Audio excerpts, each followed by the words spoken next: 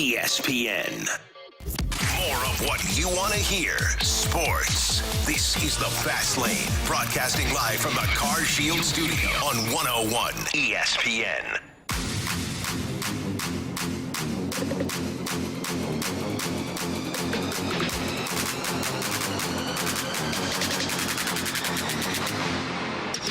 Let's get nasty on a Thursday. It's the Fast Lane on 101 ESPN with Carey Davis. I'm Anthony Stalter.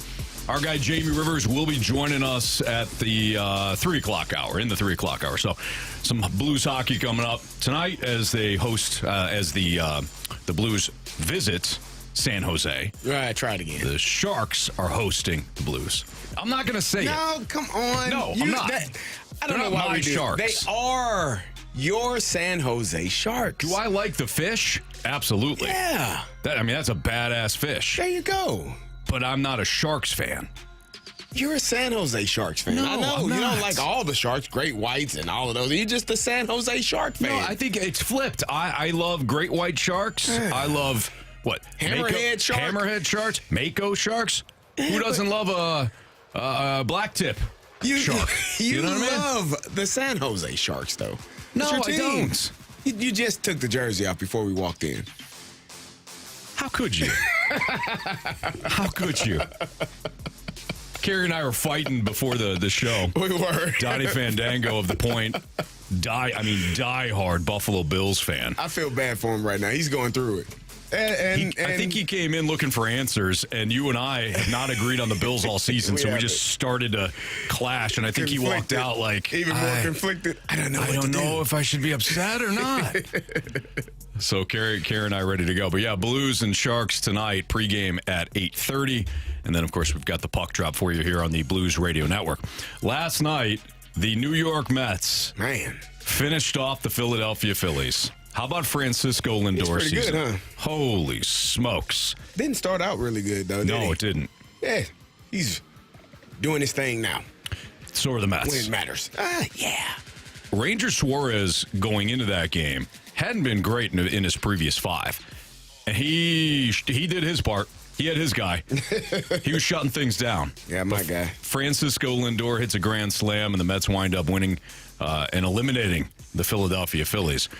So this is where we get into kind of the narrative, CD. I always love the postseason narratives, and I fall victim to them as well. Well, it's the hot team. You got to be hot going into the postseason. Well, the Phillies a couple of years ago, unfortunately, when they beat the Cardinals, limped into the postseason. Wound up catching fire in the postseason. But it's not like the Mets, where the Mets have just, they caught fire beforehand, they get in, and now look at them go. The Tigers, you could kind of say, well, yeah, the Tigers have caught fire. But it can't just all be about the teams that had good runs going into the postseason. You also can't sit here and say that from a money standpoint, that matters in the postseason, because we just saw the best team get eliminated. The Phillies, on paper at least, from a balanced standpoint, pitching, bullpen, offense. Whose roster do you want over the Phillies? Because if you say the Dodgers, I'm going to come back with three star pitchers for the Phillies. They got some injuries in the starting rotation, the Dodgers do. I'm talking about coming into the postseason. Maybe San Diego. Maybe. But I think if you're being honest, it's got to be the Phillies. You might have taken the Phillies.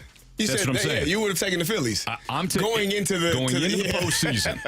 If you're looking at that roster, that's one of the best rosters that money could buy. Yeah. And I think that matters in the regular season. I think money spent, of course, it's got to be the right money, but money spent is vital for regular season action. But you get to the postseason, and you catch one bad matchup like the Phillies did with Jose Quintana, who also shut him down here in St. Louis for 5 innings before he was pulled. It's a bad matchup. The Phillies swing at everything. You throw the rosin bag up there, they're going to swing at it. In the zone, out of the zone, doesn't matter. If you miss, like Spencer Strider did a couple of years ago in the NLDS, Nick Castellanos is going to take you deep twice. Doesn't matter how hard you throw. That's the Phillies' philosophy. You get anywhere near the zone, we're going to take you deep. But what does Jose Quintana do? He's going to throw a bunch of slop up there. He's going to be outside the zone. He's going to hold you within, hold you with one run over 5+. So it's maybe about the money in the regular season. Build the best roster you can within your budget. But when it comes to the postseason, to me, it's as much about the matchup as it is anything else. Well, I think the Mets are a team that, last year their owner came out, Stephen Cohen, like we're getting rid of guys. We're going in a different direction. You had Edwin Diaz, who was hurt. I think all of those things, making that decision. Imagine that somebody in the organization, a baseball organization, stating what's going on and being upfront about it and telling you the direction that they're going to go. It has never hurt. Seems like a myth. Well, who would do such thing? Yeah. Did that. Got rid of a few players, some really good players. Cut salary with those guys, and we're gonna run it back next year. Now, the beginning of the season for the Mets didn't start out really well. Like they weren't a really good team, and Francisco Lindor was not playing really well. It's amazing how those two things really kind of coincide. Mm-hmm. You're one of your best players playing well, and your team's starting to get hot again. Who would have thunk it? Right. Like how do you draw these things up in your mind? Mm-hmm. But that's what the Mets did. They found a way. They were a team. They were in the same area as the Cardinals in terms of how many games. The Cardinals were actually ahead of them. They were 5 or 6 games back in the wild card. And every time you looked up, they just were gaining games and gaining ground and gaining ground. And eventually they're like, "Yep, we're in." And I don't think they had the mindset of just get in. I think they had the mindset of, no, we're a really good team. It took us some time to figure some things out, but now we're playing well. And then you are able to go against a division foe who was one of the top teams all season long and say, yeah, we're better than you. Mm-hmm. And you beat the hell out of them. Yep. This is not one of those cases where you get in, anything happens. No, the Mets systematically went after this. It felt like, I don't know if it was All-Star break. I need to see what their record was. At what point where they were terrible. Like, they weren't good to start the season. Yeah, they had a rough stretch early on, but I felt like even before the All-Star break, they started to figure things out. Like, they started to get on a bit of a roll. But they were 24 and 35 at one point to start the season in June 2nd. Okay. And then they started warming up, heating up. And by the All-Star break, they were 49 and 46. But you're right, though. They have Francisco Lindor. Yeah. They have Pete Alonso. They have Brandon Nimmo. They have, Starling Marte was banged up, and he eventually came back. They got some veteran guys there. They got some young kids, too. The young catcher has been phenomenal for the Mets at times this year. And they hit on their pitching acquisitions. Right. After spending a buttload of money on Max Scherzer and Justin Verlander, yep. They wound up who have been the two key guys from this year, Luis Severino, and who I loved as a 1-year project. Yep. Because he had upside. At one point, was the ace for the Yankees, and the injuries set in. That to me is the guy you roll the dice on a 1-year deal. No offense to Lance Lynn, but it's not Lance Lynn. And I don't know if Luis Severino ever considered coming to St. Louis, if he was always going to stay in New York. I don't know. We're not privy to these conversations. So in defense of the Cardinals, maybe they were interested and he told them to get bent. I don't know. But those are the 1-year deals that I think make a lot of sense. And, of course, they signed Jose Quintana a year ago. He was banged up last year, but he has been excellent this year. Yeah. Now, at some point, maybe it's the Padres or the Dodgers, but at some point, Jose Quintana is not going to be a great matchup. That's the thing. Yeah. Against the Phillies, he's kryptonite. Stay outside the zone, throw slop, don't throw a fastball, you're good. Because the Phillies just going to start, they're going to hack. But you get somebody that's going to throw a hundo, but if it's straight, the Phillies are going to beat you. Yeah. So again, it's as much about matchups as it is your stars playing like your stars, like you're saying, Carey. Yeah. Saying boxing styles make fights. Yeah. Yeah, this is a great fight for the Phillies. I mean, for the Mets against the Phillies. This is a great matchup for them. Like, it just worked out that way. Yep. And now they await either the Dodgers or the Padres. Yeah, I think the Dodgers shined. The Dodgers shined last night as well. Their stars shined. The slipper's going to fall off against the Dodgers. That's who I got. You got the Dodgers still? Yeah, I told you that. I don't like the pitching. You don't like the pitching. I don't like the pitching. But if you score 8 runs, Anthony, chances are. Well, Dylan Cease has got Dylan Cease wants the Dodgers Gone. He never wants to see the Dodgers again. Business last night, then. He didn't take care of business the only 2 games they lost in this series. Otherwise, the Padres have been outstanding. Well, Dylan Cease's been awful for him in this series. You Darvish going. And you Darvish tomorrow shoved. Night. Yeah, he did. He shoved last Sunday night. Yeah. He was outstanding. So we'll see what the Dodgers come back with. All right, it's Fastlane on 101 ESPN. By the way, Bradford Bruns pinch hitting today for our guy, Andrew Marsh. We'll talk a little football.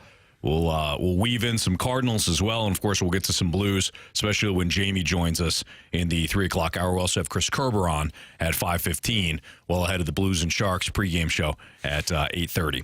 It's Fastlane on 101 ESPN 212. Your time check is brought to you by Clarkson Jewelers, an officially licensed Rolex jeweler. Let's get into some NFL right now. Why don't we dive into the Thursday night game tonight? You got the 49ers, you got the Seahawks, and the 49ers have been banged up. Seattle has been banged up. 2 teams, though, that at times, even early in the year with Seattle, where you think, well, these are 2 playoff teams again. So what has happened, and what does this matchup mean? We'll get into it next on 101 ESPN. Catch the Balloon Party with Tim McKernan and Action Jackson. Weekdays from 10 to 11 a.m. on 101 ESPN. The fastest hour of sports radio is driven by Munganast and Burkhardt Alton Toyota.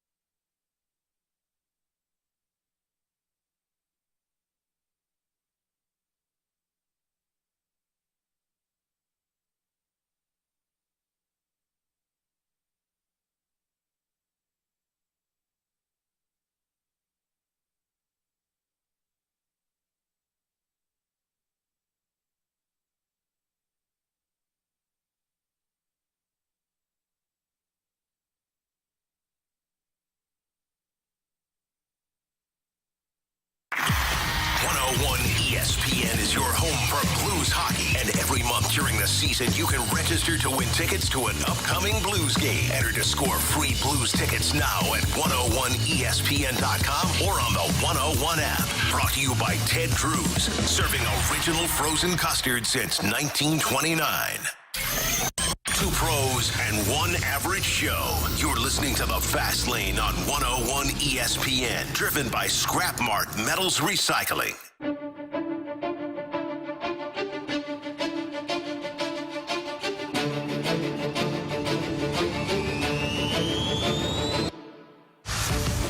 It's the Fast Lane on 101 ESPN. Carey Davis, Anthony Stalter, our guy Bradford Bruns, pinch hitting for Andrew Martian. Thursday night football is tonight. You won't hear it here because, of course, we've got the Blues and Sharks for you. But, CD, this is an interesting matchup with the NFC West. You've got the Seahawks, you got the 49ers, both teams extremely banged up. The 49ers are healthier now, although they just lost Moody, their kicker. When I look at the 49ers to me fall into the same category of trust as the Chiefs do. Now, of course, the Chiefs, that level is higher because I trust that they're going to win their third straight Super Bowl. And I'm really not questioning that at all. I think it's a foregone conclusion. But with the 49ers fall into that category of I don't care what you're doing in the first half of the season. Mm-hmm. I know you're going to be there in the end. So I don't care what's going on. Yeah, the trust for them is it's interesting. They have had a lot of injuries, and I think the injuries have cost them some games. I think more so the lack of cohesion in training camp is costing them as well. You had Trent Williams out. You had Brandon Ayuk out. Now Christian McCaffrey, who missed time as well, he's out, and he's not playing. He hasn't played yet this season. Like, you have some issues in terms of injuries. You probably trust them more than I do. I mean, because I look at other teams, and granted, they have earned some of that trust. They have been to the NFC Championship game multiple times. What is it, 3 years in a row now? Yep.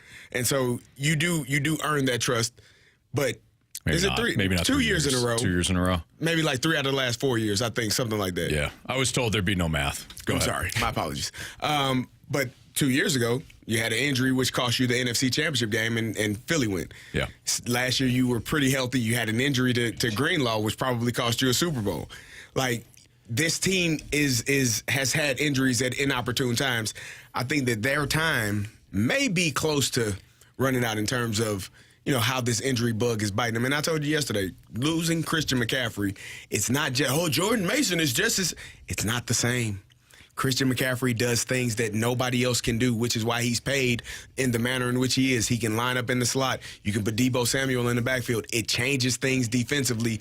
What are we doing? It scares the hell out of a defense when you have a guy that is a running back that can make as many plays in the slot as your slot receiver. So it changes your defensive philosophy, and it makes it harder on you. And I think that's part of why the 49ers are unable to have the success that they're having, that they're not having right now. And something interesting, too, really to monitor here, something that's been incredibly uncharacteristic, I think, Carey and Anthony, for this team. It's not as if on a few different occasions you haven't jumped out to sizable leads against division foes that you would presumably put on that lower rung, too. But on 2 separate occasions, you build the double-digit edges against the Rams, against the Cardinals. And to further away those leads in the fourth quarter, for me, that's as atypical as it gets when it comes to this team. Yeah, I think the Rams one stands out more because of the manner in which the defense melted. I will say this, though, if you think about it, and then maybe this just fits into my, hey, I trust them, so let me find ways to, verify that trust. But you go back to that Rams game, Moody missed a field goal that would have put him up by 10 late. Yeah. And then, of course, he got injured in the first half last week, so that causes the 49ers to go for it on like 4th and 23 at one point because now they're in this weird field position where they can't kick a field goal. They don't have a field goal kicker, but punting does them no good. So now they're going for it on 4th and 23. Jordan Mason also fumbled within the 10-yard line last week. So that they were pretty dominant against Arizona, and it was just, I thought it was a bit of bad luck because of the Moody injury. The Rams one was more concerning from a defensive standpoint, but again, if he kicks that field goal, they're up by 10, they probably win. So that's what I think. I think the 49ers easily could be, a 1-loss team right now as opposed to a 3-loss team. Well, again, it's the injuries, though. I mean, again, Dre Greenlaw hasn't played yet.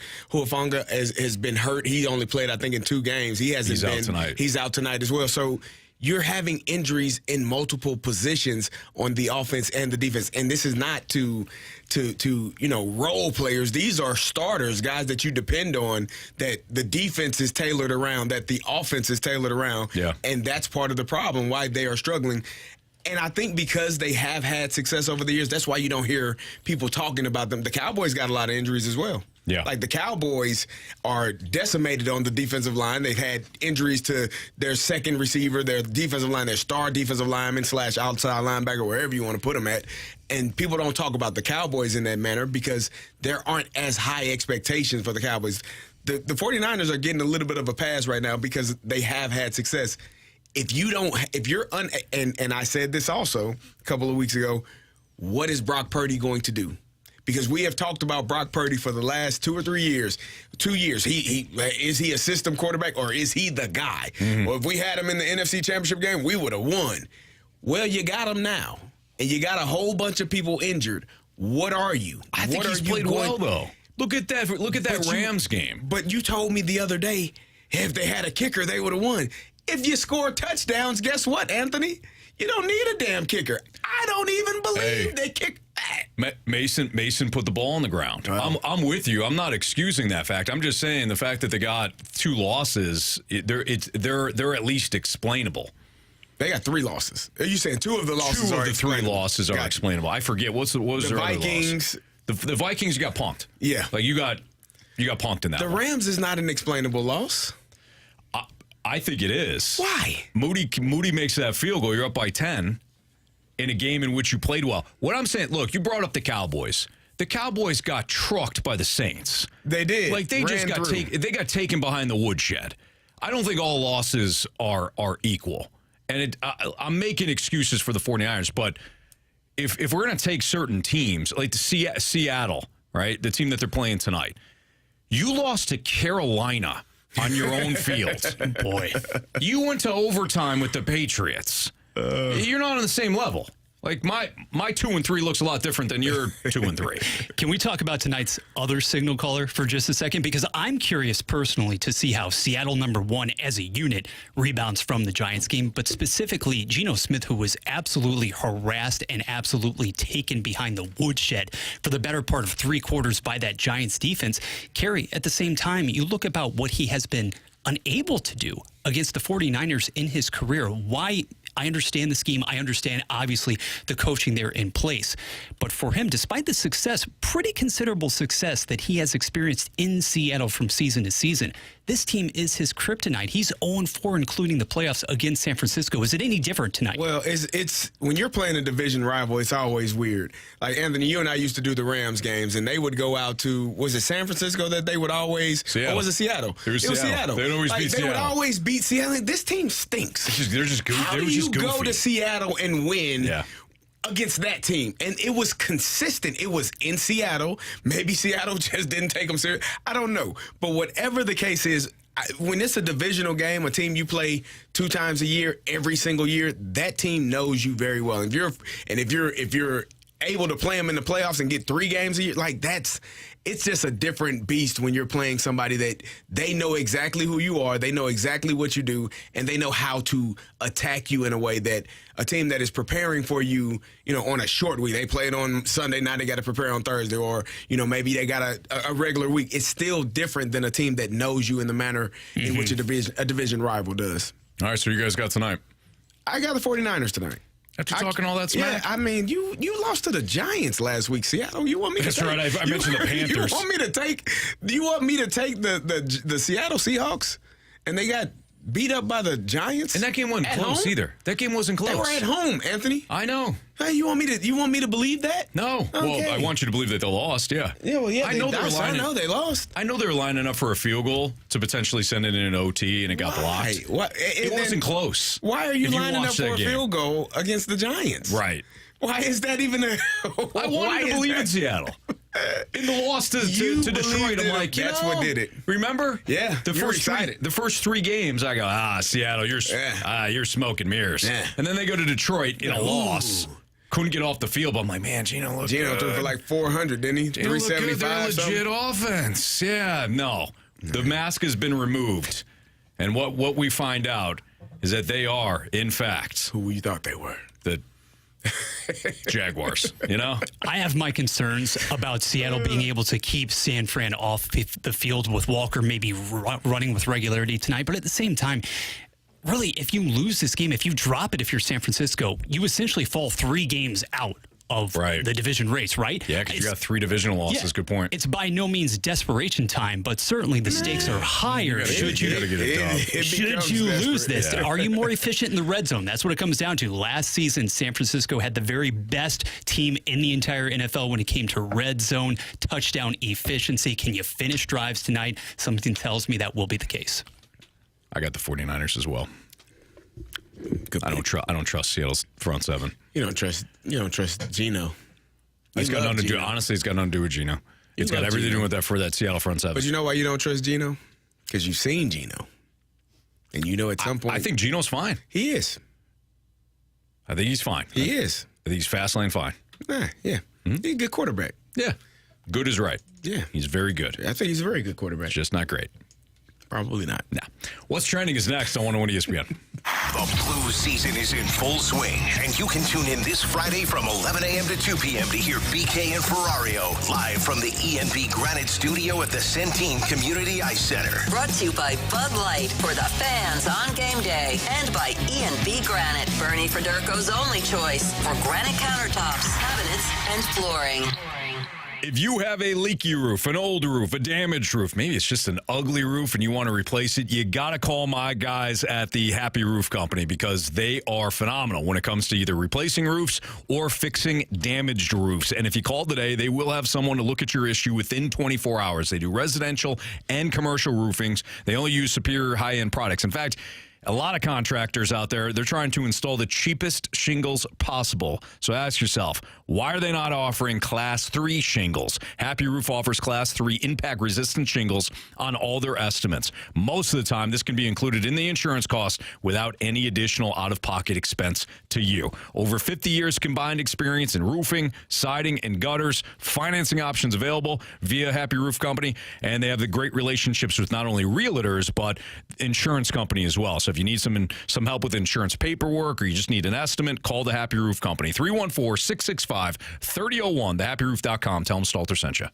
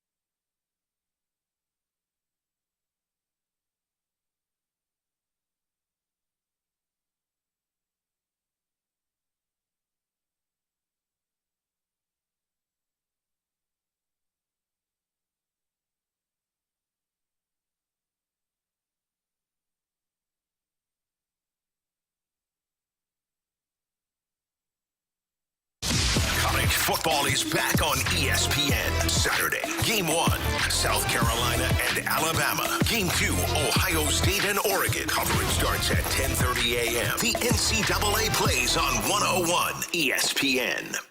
101 ESPN Sports Center.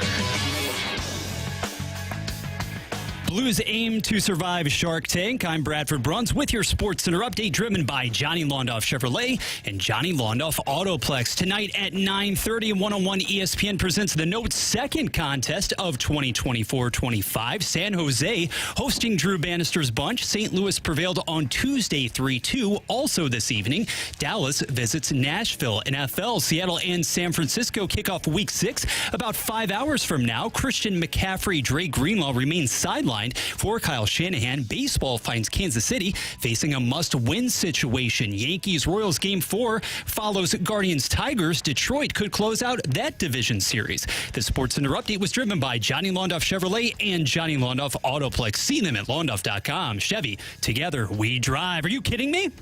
Don't pull over. You're in the fast lane. Broadcasting live from the Car Shield studio on 101 ESPN. It's time to find out what's going on in the sports world with What's Trending Now. Brought to you by Goodwill. Donate a car and get tickets to the St. Louis Cardinals. And welcome back into the Fast Lane on 101 ESPN. Bradford Bruns, Anthony Stalter, Carey Davis, Jamie Rivers will be joining us next hour. Gentlemen, we kick off trending today with a bit of a sobering story that honestly goes well beyond the specter of just regular sports. So Hurricane Milton, as we well know by now, it made landfall yesterday along Florida's Gulf Coast. And Category 3 storm, of course, one that has tragically resulted in at least 5 deaths at this point. Millions of Floridians, they remain without power. And Tropicana Field, home of the Tampa Bay Rays, it was not immune to damage either. If you haven't noticed by now, there's footage circulating of quite a bit of the stadium's fabric covering. It has been torn off, and earlier in the week, Tropicana actually had been positioned as a base camp of sorts to try to house some of the displaced individuals, but those plans, they were quickly jettisoned because there were fears about the overall stability of the roof. So a really sad situation there. Well, that's the key, right? Mm-hmm. Like, forget about the baseball side of it, Bradford, you just hit on it. If that was going to be housing plenty of people that are, that evacuated their homes and to get to safe ground, and now the roof's coming off. I mean, that's a terrifying experience for anybody inside. And I'm sure they probably, had to evacuate again. I don't know. It's all. My parents live in Fort Myers, Florida, so they're on the golf course, golf side of things, and they a lot of wind and power's been on and off, but so far, knock on wood, they've been safe, and it looks like they're going to be fine. But it's just terrifying. Yeah, I got a lot of friends still in Tampa. I played there. I lived in St. Pete. I lived there with my uncle. He actually moved, but we met. He introduced me to a lot of his friends. He lived there for about 30, 40 years of his life. So I met a lot of, I call family in St. Pete area, where Tropicana Field is, St. Petersburg. And so, it is sobering to see your friends and family members that are going through this, and you just pray for the best. I mean, if you were unable to evacuate, and people say, well, why didn't they leave? Everybody doesn't have the ability to leave. They don't have the finances. They don't have places to go. Everyone is not able to just pick up and leave all of their things, all of their belongings, and hope that when they come back, it'll be there. So there were some people that had to ride the storm out, and, fortunately, I think it did, as it crossed into on land, it did kind of die down a little bit. It wasn't a Category 5. I think it ended up being a Category 3. Mm-hmm. So, that's a blessing, because if it had been a 5, it's obviously much more wind, much more damage. But, yeah, it's hopefully, prayerfully, you don't have many casualties, if any, or many injuries, and people are able to, the things you can replace, right? You can replace a house. You might not want to. It might be a hassle. You can replace a car. Some of the documents that you lose, the pictures, it'll be heartbreaking. But losing life is obviously one of the worst things. So hopefully everyone is safe and able to go on after the next couple of days. Well, I'll just add to that first part there about, hey, why doesn't everybody leave? Sometimes you get caught. Yeah. So Tampa is 4 hours north of Miami, mm-hmm. and Tampa from the Florida Georgia border is like 6.5 hours, 7 hours. 6, 7 hours, yeah. So it's Where not you like, going? yeah, exactly. And if everybody's leaving, and we saw this last time, a couple of years ago, there's another hurricane, and people got stuck. People got stuck on the road. Yep. And then you don't have resources that you need because everybody else evacuated. Correct. So it's tough. You live there. Obviously, you take on that responsibility. Again, my parents live there. They know what's at stake. They know what could happen. They're prepared for it and all that. But there's only so much you can do. It's their home. Yeah. So. Additionally, Tampa Bay, the Lightning's home opener scheduled for tomorrow, or Saturday rather, for that matter, already postponed versus Carolina. Sure. So certainly of secondary nature there, what we do in terms of the relative, obviously the grand picture altogether. But we will stay with the ice here as we move along to the Blues Sharks this evening, 9:30 puck drop right here on 101 ESPN. Jamie will be along in a bit to give us more of a breakdown of that matchup. But now we know, gentlemen, Joel Hofer is getting his first start in net of the season for the Note. And the Sharks were a team that victimized Hofer and company last season. He alone suffered 3 losses, so Jordan Binnington obviously gets the nod, played well against the Kraken, but we're already beginning to see with the Blues having the back-to-back games tonight, San Jose back in action tomorrow, perhaps more of that 50-50-ish split. We'll see how Hofer fares, though. Yeah, well, hopefully they, as you noted, Bradford, hopefully the entire Blues team fares better this time around. They were swept by the Sharks, as everybody knows, and the games weren't particularly close either. You had the one overtime game in San Jose. The other ones were a 5-1 Sharks victory and a 4-0 Sharks victory. The last game played in April in San Jose was 3-2 in overtime. The first game in San Jose, 5-1, and then that game on March 30th, which is my birthday, by the way, the Sharks won 4-0. There's your birthday present. Just for you. Yep. Birthday present. See, I can get on it, too. Yeah. Proud, happy. It was a good day. Sorry, man. Birthday, Sharks win. What more could you ask for? Not much. You guys stopping. You guys stopping the nonsense. Done yet? You done yet? You like that? I mean, listen, the Sharks were one of the audacity of you guys. I apologize. The audacity. We did get a text from the 314 said, Anthony, if you just leaned in a little bit, it would be more funny. I don't want to lean in. It's not the Give truth. in to the peer pressure. It'll be better. It'll be a lot not easier. the truth. It's the truth. I'm going to fight it every step of the way. The Blues losing those 3 games, potentially, and a few others, were the thing that kept them out of the playoffs, right? You can't lose to teams that aren't good. I don't know what the Sharks are going to be this year. I would reckon that they're going to be similar to what they were last year. They only won 19 games. Maybe better for you and your fans, you and your Shark people. If Objection. not, speculation. You've got a lot of exciting young talent. Number 1 pick. Couldn't name any of them. Top 5 selections galore. Couldn't name any of them. Now that's a rebuild. But yeah, go take care of business. I mean, I thought you played a good game. Not the best game in game 1, right? Down 2-0, we're able to fight back, claw back, and win that game. But go out and take care of business. A win is a win. They don't ask how. There's how many. So win. But the better teams you play, you got to be more consistent. So we'll see what tonight looks like. We'll let you off the hook with that one, Anthony, and instead move along. Yeah, we'll move along to the gridiron. It's a safe space. It's a safe space. You're letting here. me off the hook. I am. When I'm not a Sharks fan. Go ahead. Let's do one more from college football.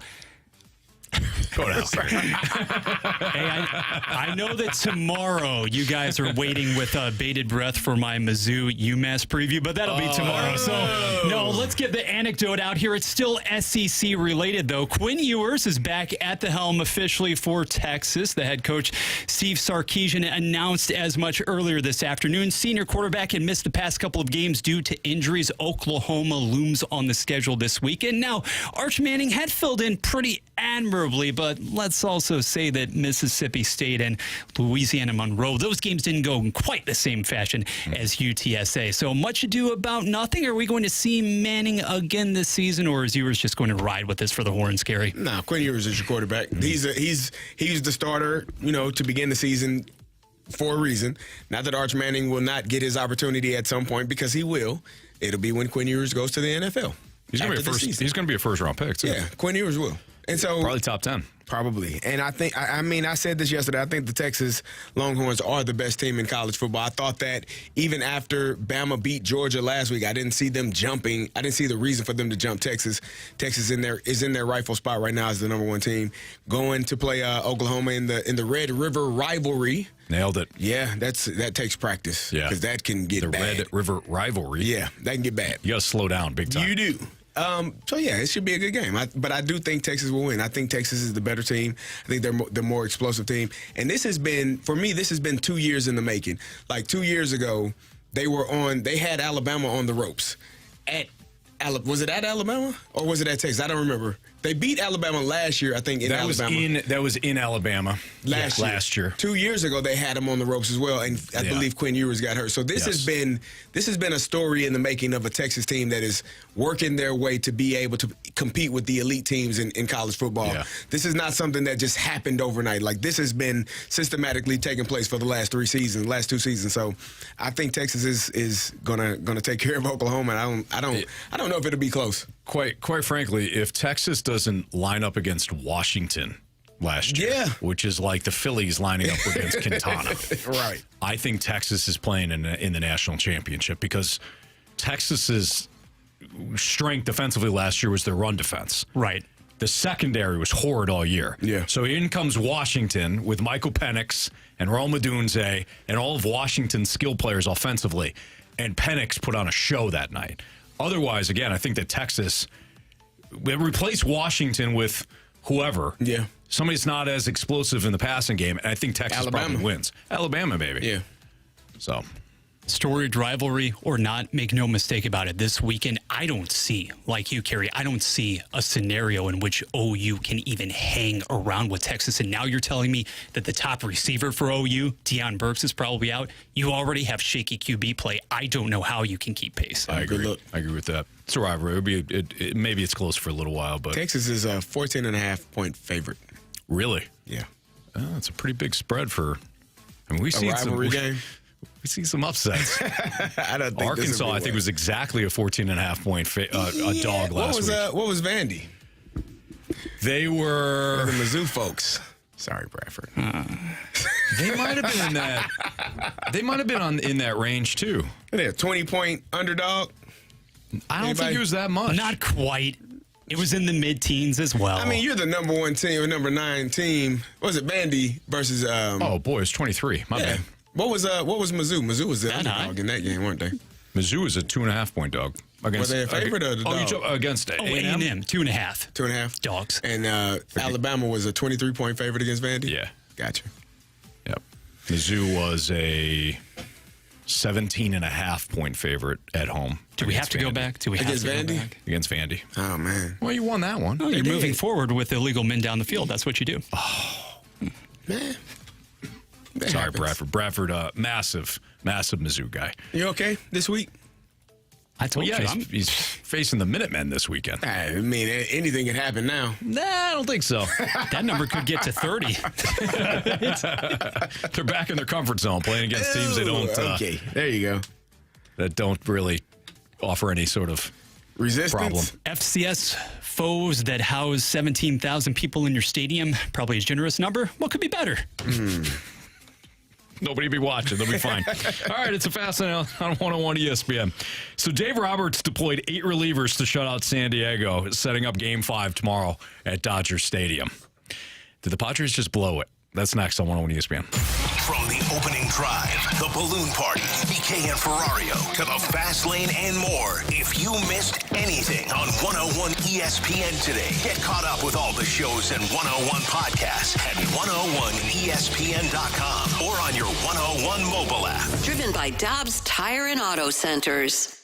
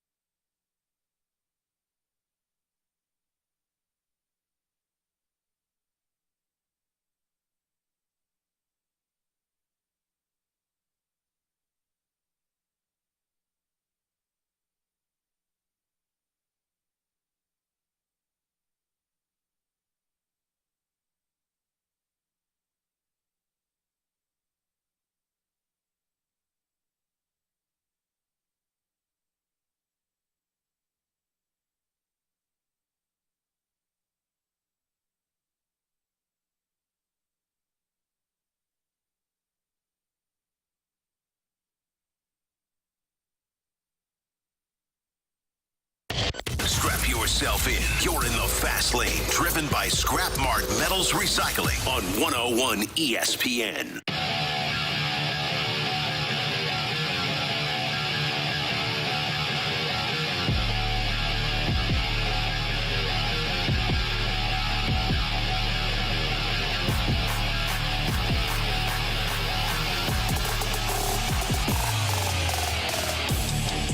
It's Fastlane on 101 ESPN. The water boy taking shots at me because UMass is in the MAC. They're a fake MAC team. Yeah. They just joined the MAC not too long ago. I didn't even know they were in the MAC. I didn't either, honestly, to be honest. I don't think they are. That's what that honest means. Yes. Honestly, I didn't. I don't think To be they are. honest, I don't think I needed that. They're an FCS team, aren't they? No, they're not. You sure? UMass? Yeah. I was being serious when I said that. What? They're not in the MAC. Yeah, they are. I listen.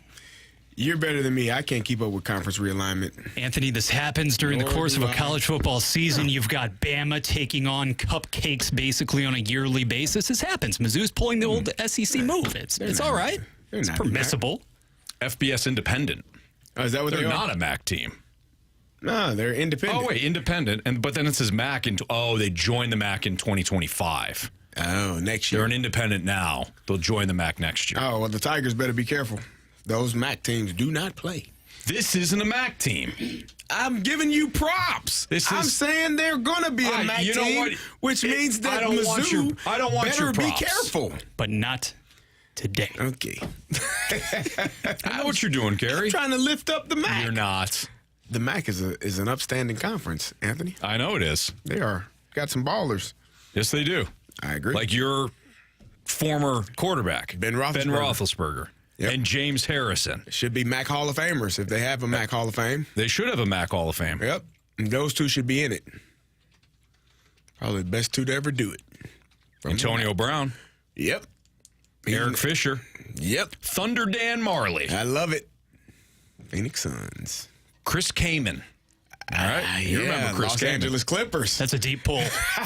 I had math class with him. Did you? Hand to God. I looked at him, I go, I hope he's a basketball player. We're freshmen. And this is a low-level math class, I fully admit. I mean, this is like checking off the lowest math class you can. That's okay. And I sat next to him. I had that thought of, man, this guy's tall, he's big, I hope he's on the basketball team. Turns out it was Chris Kaman. How about that? I you go. had geology class with Trayvon Bryant and Ricky Paulding. Do you remember those guys? Yeah. Quinn Snyder era Tigers. Yeah, okay. Yeah, I remember had that. stuff tumbling out of my backpack as a freshman at Mizzou. Trayvon was, yes, gracious enough to help pick up a young man. Oh, that's trying nice. to figure it out. That's good. Very nice. I love those uplifting stories. All right. Anyways, Chris Kaman went on to be a top 5 NBA player, and I'm here with you guys. It's Fastlane on 101 ESPN. The Dodgers last night, they used 8 relievers in a bullpen game to shut out San Diego. Did the Padres blow it? Probably.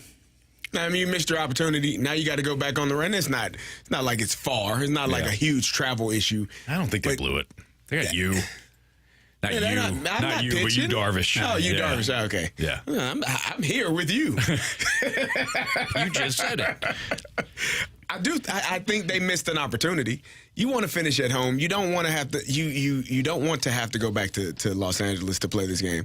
And again, game 5, anything could happen. You don't know, and we don't even know who's pitching for the Dodgers yet. Like It could be any. They could try to have another bullpen game. Who knows? They've had. You talked about it earlier. They've had so many injuries to their starting rotation. I don't know if it was. I think it was. It wasn't us. It might have been BK and Ferrario yesterday, naming off all of the starting pitchers. It was BK and Ferrario. I was listening to it on the way in, naming off all of the starting pitchers that they've had this season that have put on the IL. Mm-hmm. Like it's like 6 to 8 guys. Oh, it's horrible. And you're like, whoa. Yeah, Yamamoto for a stretch. Walker Buehler was coming off the injury, so he Gavin didn't pitch right Stone. away. Yeah, Gavin Stone. Just the number of names that they Tony said. Gonsolin. What's the other one? Just got there. You just get there? Well, Flaherty just. Not Flaherty. I'll figure it out. Either way. Well, Clayton Kershaw, if you want to count him. He's been on there too. Yeah. But he doesn't matter. Glass now. Glass now. Yeah, Yeah, Tyler Glass now. Yeah. Yeah. I think you can honestly make the argument that maybe the Dodgers' best path to victory tomorrow night could be to run it back in almost the exact same fashion. Absolutely. It's not a bad idea. Nobody threw more than 30 pitches last night. Couple of thoughts. First of all, I'm really surprised that game only lasted 3 hours and 13 minutes. Felt like a classic, almost a Yankees-Red Sox duel. Every batter, you know it, right, for all of the marbles and everything. But also, are you going to have Freddie Freeman available whatsoever for Los Angeles? That's the thing. Not being in the order, and how does San Diego potentially counter that and manage its own bullpen down the stretch? For Los Angeles, just imagine if some of those other arms, honestly, even bullpen-related arms like Joe Kelly and Brusdar Graterol this season weren't even available to them for long stretches. So it really still speaks to the depth of that particular group that Dave Roberts can go out and say, I am placing my trust in this group, maybe even some second tier to third tier, not necessarily high leverage situation type of guys, to be able to allow us to survive and have a chance to still pull this out in Game 5. So there are two distinct feelings I have when a team loses a potential elimination game. So last night, the Padres could have eliminated the Dodgers, and that would have been it. There, on one side of the coin, it is the Cardinals, Texas Rangers 2011 feeling, which in that when that ball that David Freese hit landed in that grassy knoll there at Busch Stadium, Freeze Landing, on Freeze Landing, there's no way in hell the Texas Rangers are going to win the next night. Impossible. It was over. Yeah. And I know they jumped out to a lead in the first inning. I'm like, have your fun, man. You guys are done. I didn't mean to cut you off, but it's almost like when the Red Sox came back and beat the Yankees when they were down 0-3. Yeah. Like, they're going to win the World Series. Yeah. Like, nothing you can do about it. The Benji Molina Rally Monkey Angels in 2002, it was the same deal. The Giants had them dead to rights. Yeah. It was Bonds, Kent, Game 6. Russ Ortiz was pitching a gem, and Dusty Baker went out and got him. And the Giants blew it was a 2-run lead or 3-run lead. They blew that Game 6. And I looked at my college roommates and said, there is no way in hell the Giants are going to win Game 7 tomorrow night. Same deal as the Rangers. They jumped out to like a 1 or 2-run lead, and they wound up losing it. So there's that feeling. Yeah. And then there's the Bruins feeling, where Boston comes here, potential elimination game, and the Blues got ran out the building. And I felt to myself, I'm like, it's almost better that they got destroyed, because you can refocus. You're on the road. Now you kind of got that house money feel back to you because you weren't supposed to be here. And they won Game 7. I think the Padres fall into the latter category. I think they fall into they got humiliated, they got beaten so badly last night, they didn't have a shot. Right. That I think they're going to rally and be just fine. I do not have that sense that I did with the Cardinals, Rangers, or Giants, Angels. And that's just my feeling. And what's interesting, too, is that last night, the recipe for victory there for the Dodgers, it was predicated on the bullpen being absolute nails. Whereas you look at the San Diego Padres and the constitution of that relief corps, even before the trade deadline, absolutely made waves thanks to the relief staff there. I've got a question for you, though. Considering, regardless of how it plays out for the Dodgers tomorrow night, we understand that this was the best regular season team out there, and it is a bullpen that at the very back end of the pen, Dave Roberts hasn't really had a lot of rhyme or reason as to the individual he sent out there to consistently close games. First half of the season, it was the 115-year-old Dakota Hudson. And then Kopech came over from the White Sox, and yes, he was able to salt away a lot of games in his own right. But I say all of that to basically propose this. If the Dodgers, granted, you're playing with a different sort of cast as far as the offensive mainstays, the threats, the thunder, up and down the order. But if the Dodgers can do this with a bunch of less than, I would say, upper tier relievers, as a Cardinals fan, looking into the offseason, looking into that crystal ball, and basically arriving at that realization that Ryan Helsley probably isn't going to be around next year, does it almost give you more comfort to see the best teams in the game on this stage right now cobbling it together, albeit with good management? Can I go?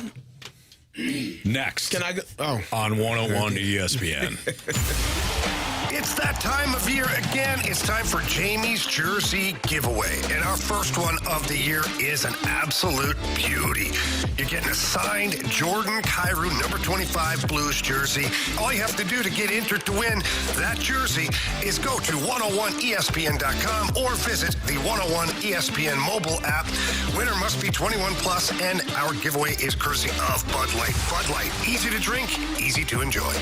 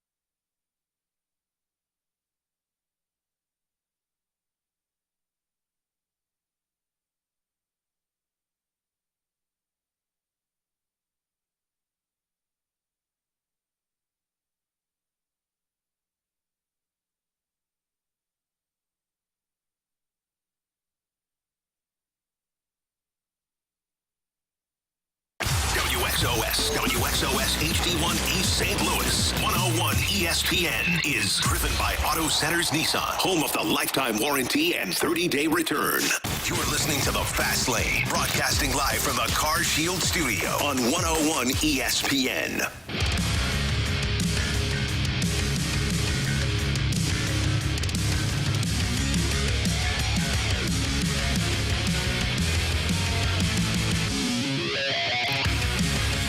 Your time check is brought to you by Clarkson Jewelers, an officially licensed Rolex jeweler. Jamie Rivers now joining us from the road. I got to tell you, Jamie, now that you're not here, Carey and I have been bickering a lot over the last, really today. It almost came to blows. And I feel like it's because you're on the road. Like, I can't bicker with you, so now it's Carey and I. See, listeners probably think that, like, I'm the problem. You remove me, and you guys are the problem. Wow. See what I deal with every day? Well, you're not wrong. I feel like you're just pointing the fingers at us. You are. And you get three pointing back at you when you do that. I'm going finger both of you guys. Don't you dare finger both of us. Okay? Both at the same time. You both deserve it. I'm okay. I'll pass. Jamie, you're joining us kind of mid-conversation here. So Bradford, I'm going to have Bradford reset this conversation in relation to the Cardinals. Is it about Bradford's Mizzou Tigers? No, we covered that. Yeah. Jamie, the full scouting report for the Minutemen coming tomorrow. Yeah. Damn, Bradford, I thought you'd be still on the IL after that loss.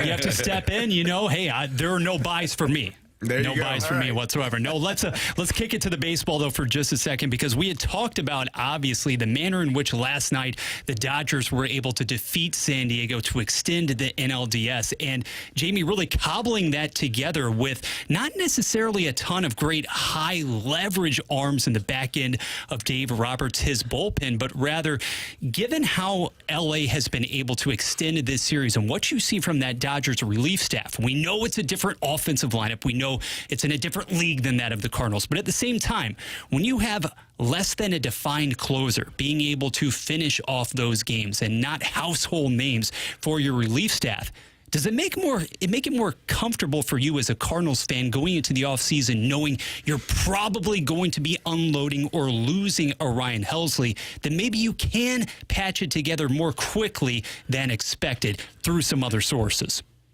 Yeah, I don't know if that's the model you want to follow. Like, it's nice to talk about the Dodgers last night having a bullpen game and 8 guys deep before they close out the game. But you can't do that on a regular basis. Like, if you're the Cardinals, you can't be out there deploying a whole bunch of bullpen arms every friggin' night, and you're trying to make it work with, off-brand names of guys who are, either journeymen or just lesser than in your bullpen. I think that the Dodgers do a real good job, obviously, of utilizing what they have as far as their lineup is concerned. But I don't see that being something that you could do on a regular basis. Like, Anthony, I saw it last night, but if they have to do that again soon, it may not work the same. No, I agree with that. I think at this level, we've seen it with the Tigers. Like, the Tigers have pieced things together when they've needed to. I think this is more out of desperation than, as you're kind of alluding to, Jamie, this is the formula.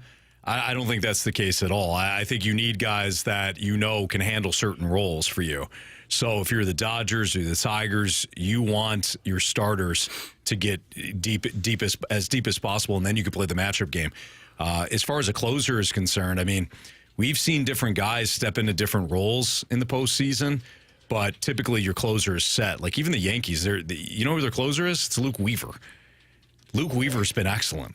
Dreamweaver? Joel Dreamweaver has been excellent for the Yankees, but he also kind of showed them in spring training that he could be somebody that could be kind of a high leverage reliever, and now they've got him closing games. So also somebody with a starter background. So last night you saw him in the 8th inning. He navigated the most difficult portion of Kansas City's lineup in the 8th, got out of that, despite, he left Salvador Perez at first and Bobby Witt at third, navigated that, and then went back out in the 9th and got him 1, 2, 3. So you can have a closer emerge at some point during the year, but I think when it comes to the postseason, you can only get by with a bullpen game once or twice in a series. Once, I think, in a series, but maybe once or twice in a postseason. So I'm going to disagree with you all, and I think Bradford had made a very good point. You see what I'm saying, Jamie? This is what I've been dealing with. Let me explain. Is he the salmon just swimming upstream? Every damn time, Jamie. Every time, And Bradford made a very good point. Now, a bullpen game, I think, is fine. Now, the Cardinals can do this next year. The only thing that they need to do, they got to go get Mookie Betts, Shohei Ohtani, Freddie Freeman, Teoscar Hernandez. Hey, Tommy Edman, they can get a guy like that. I think I've seen a guy like that around here before. There is that. You have one of those, Brendan Donovan. Let me scratch that one off the list. You got Brendan Donovan, no need for Tommy Edman. And Thomas Sajci. Yeah. Thomas Sajci. Yeah, you got 2 of them. You got 2 of them. Yep. All right. So if we can get those other 4 guys, I think we'd be good to go. What do you think, Jamie? Not a bad approach. Yeah, no. The Dodgers would be all in on the trade. Strategy's solid. We're going to have to really improve the game day experience, though, if we're going to want to get people into the building. That's true. Talking more bobbleheads. Maybe some team calendars. I don't want to talk Cardinal baseball anymore. Maybe some Hawaiian They're shirts. always good. Yeah. Who is your presumptive choice, though? If we're sitting here still in early October next season when opening day commences against those Minnesota Twins, who's closing for the St. Louis Cardinals? Whom do you want, provided that Helsley isn't back? Bradford, these guys got mad at me. I remember it like yesterday. We were at Centene, and they asked me who was the most overrated player on the team, and I said Ryan Helsley. And these two looked at me like I had 4 eyes on my head. Well, he was your MVP. Yeah. What'd that get you? What would you, and not that he wasn't a great player for the Cardinals, but what difference does it make if Helsley is pitching and you ain't in the playoffs? I said he's not the best. He's the least important player, because what do I care about closing games if I ain't winning enough games? The idea is to eventually win games, though. Yeah, cool. And then close them out. The idea, in my opinion, is to win championships, win playoffs. Games. And a closer, not what you needed, not on this team. It's like, you know what, that to me it's no different than the closer for the Chicago White Sox. Who's he? Don't know, do you? Because it don't matter. He's barely All right, used. Carey, I have a question. Not in the for you. playoffs.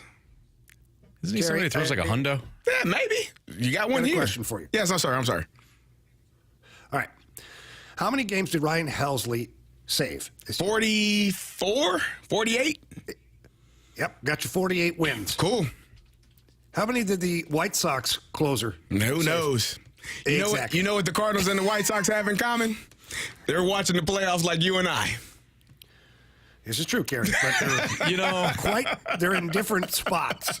Are they? I don't think that. Listen, they I don't are. think They Ryan are in different Helsley's- spots. All right, maybe the White Sox were a bad comparison. I don't want John Mozeliak to be in charge of trading Ryan Helsley. Okay? What? Oh, Because you don't we're want going to watch the guy get released He's gonna 3 be- weeks after that. the guy know that what I they mean? bring back. Yeah. Oh well, I don't know. I just don't. Not that I didn't think Ryan Helsley was important for this team. I think he's a hell of a player. He's the only all-star you had. He was fantastic for the Cardinals. He wasn't what you needed most. Okay. What you needed most was everything else. You know what, Carey? You're right. We're done. I'm sorry. We're done here. All right. Okay. Game 2 for the Blues tonight. First of the San Jose Sharks. We're going to get into some aspects of this game that Jamie Rivers, our guy Jamie Rivers, will be keyed in on as the Sharks take the ice for the first time in the 2024-25 How exciting, Anthony. season.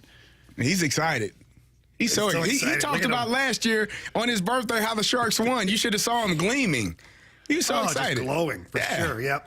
Ear to ear, that bugger. Look at him. There it is. There's the smile. I see him. Glad you got your buddy back now, Carey. Missed you, Jamie. Yeah, I miss you too, buddy. We'll dive into the Sharks Blues next on 101 ESPN. All right, I'm excited.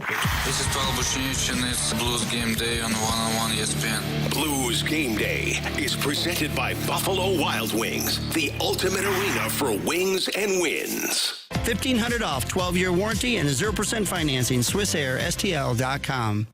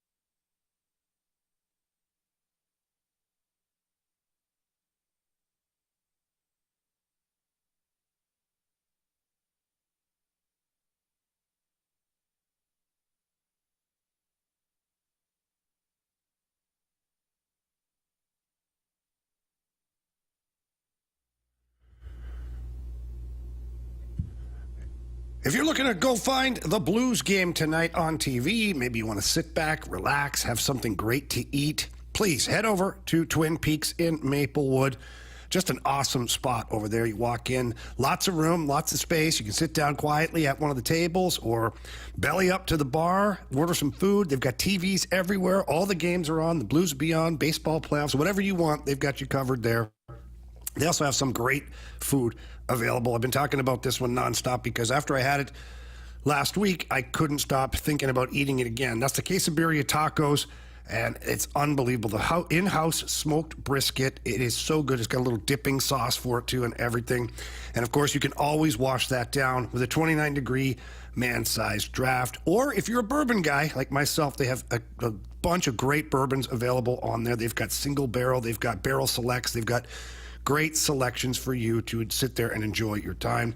And the staff is awesome over at Twin Peaks. If you have any questions about the menu, they'll answer them, or they might even suggest something that they like, and maybe you'll like it too.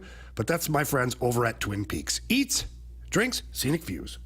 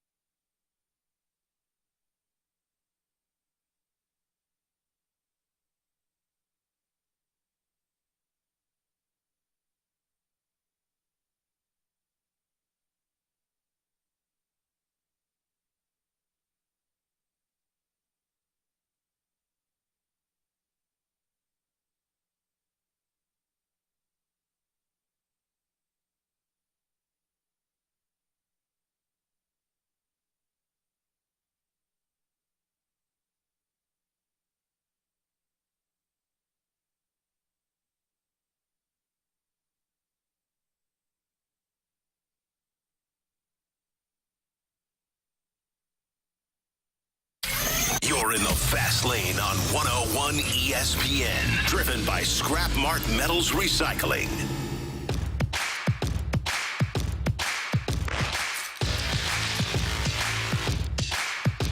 It's the fast lane on 101 ESPN. Jamie Rivers, Carey Davis, Bradford Bruns pinch hitting for Andrew Marsham, Anthony Stalter. So the Blues take on the San Jose Sharks tonight. Game 2 for the Blues, game 1 for the Sharks. And last year, as we know, the Blues struggled with San Jose. They dropped all 3 matchups with the Sharks. They lost 3-2, 4-0, and 5-1.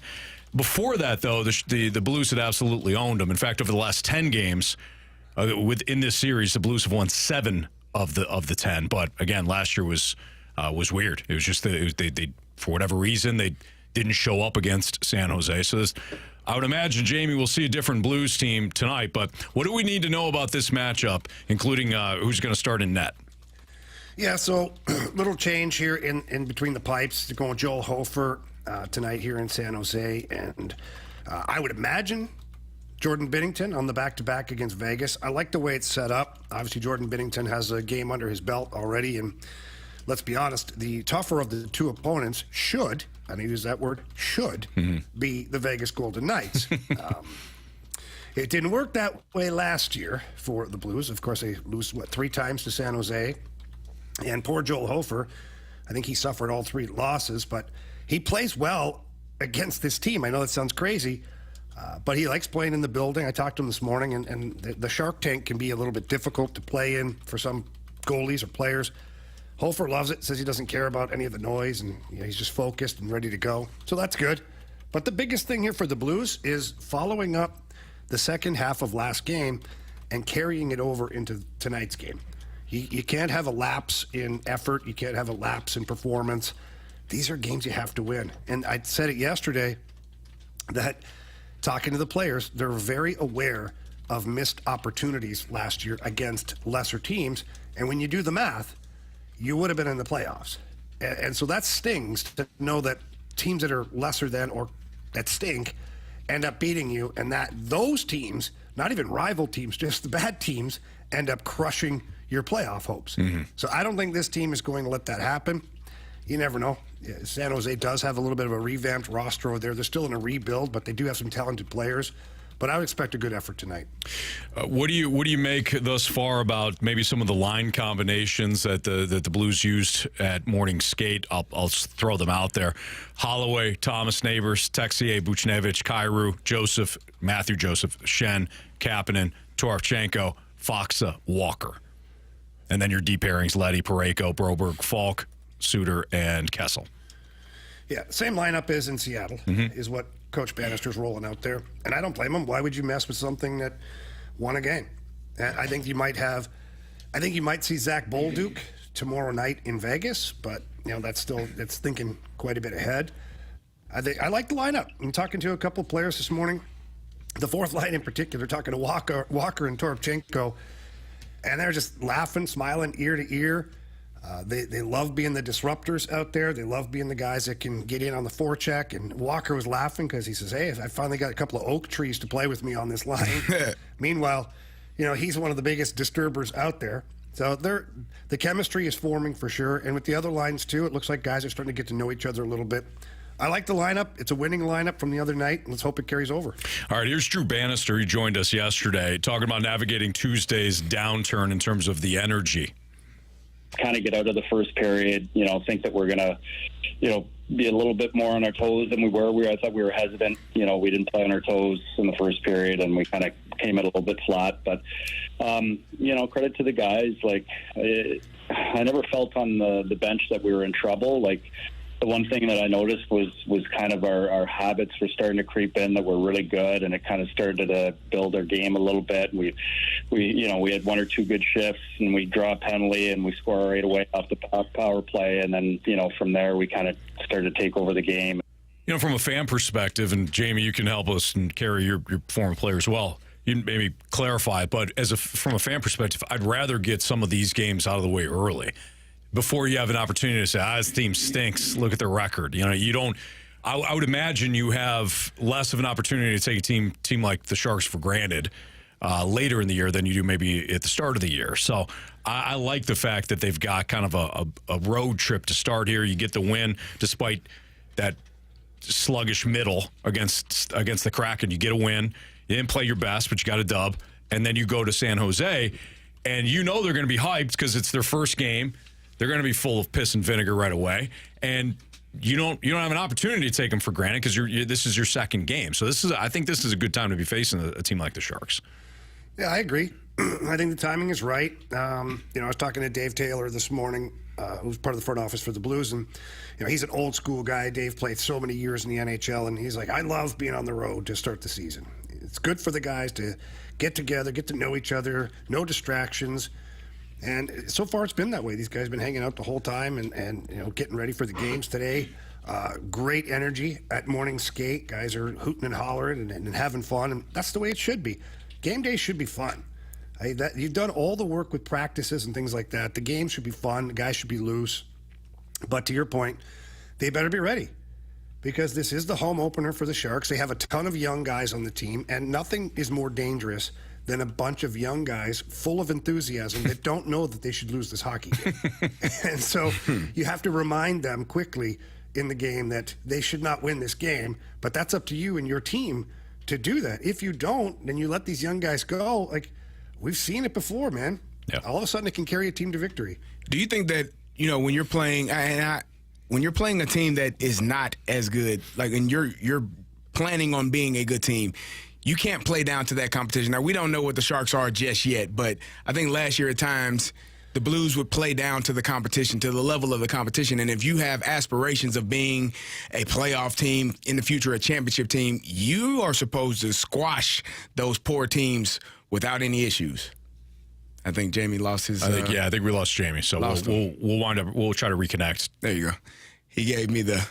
He was landing the plane. Yeah, he was. He was landing that plane. But yeah, so last year when the Blues lost those games, the aspirations of being a playoff team, you got to win the games against the poor teams.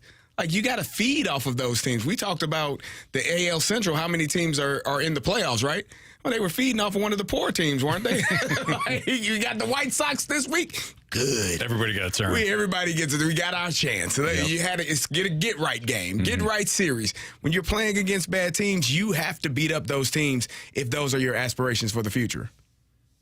Yeah, you absolutely got to take advantage of your opportunities. And, I think what happens is I don't think players play down to the competition. I think what happens is you almost become like you kick the can down the road. Oh, we had a bad first period. No big deal. We'll still come back and win this one in the second or the third. And then as the game progresses and more, and you're not winning, now you get playing a little tight at that point. So you go from kind of not worry because we're going to beat this team anyways to all of a sudden the clock becomes your worst enemy and you're looking up there and you're down by a goal or two and there's 9 minutes left in the third period.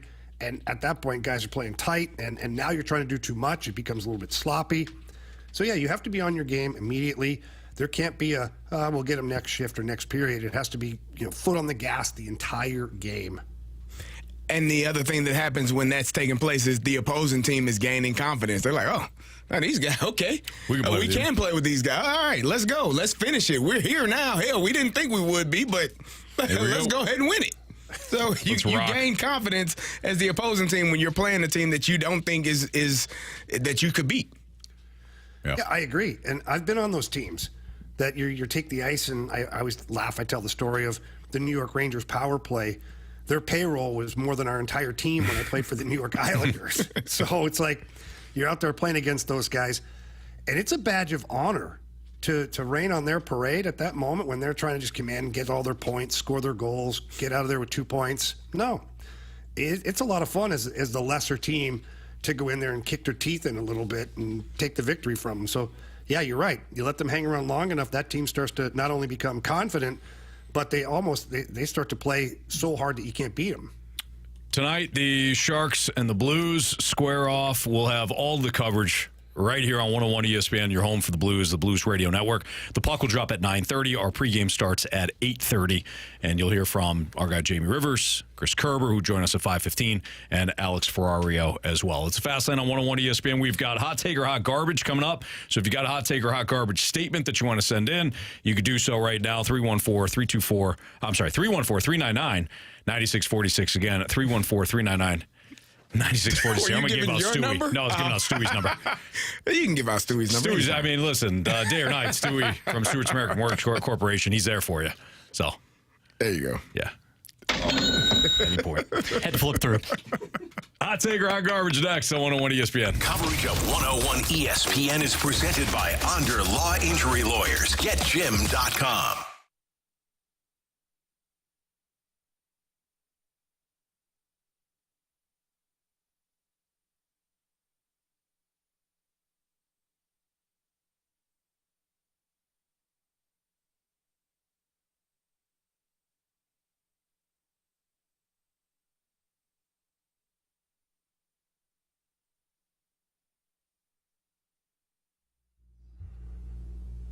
Elevate your performance with Pure Performance, who are your one-stop shop for all aftermarket modifications for your vehicle.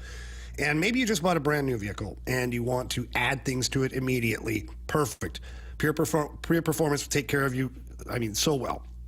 Or maybe you have an older vehicle that you're tired of, maybe can't afford a new vehicle or whatever, or you just want to change it up a little bit.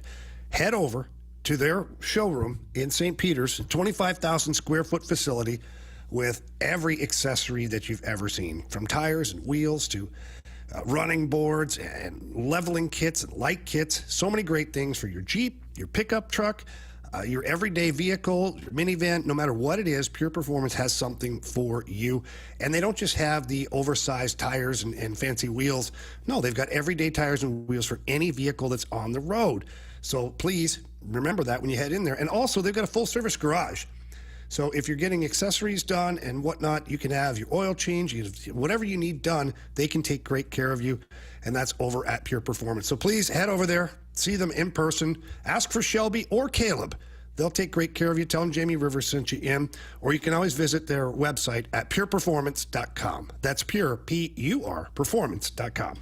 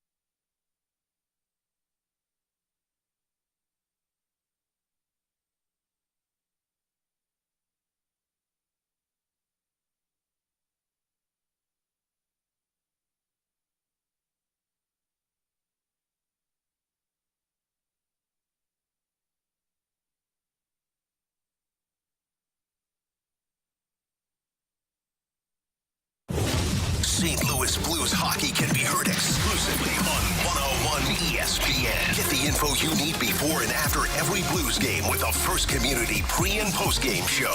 First Community Credit Union, calling St. Louis home for 90 years and powered by Scott Lee Heating Company. 101 ESPN Sports Center.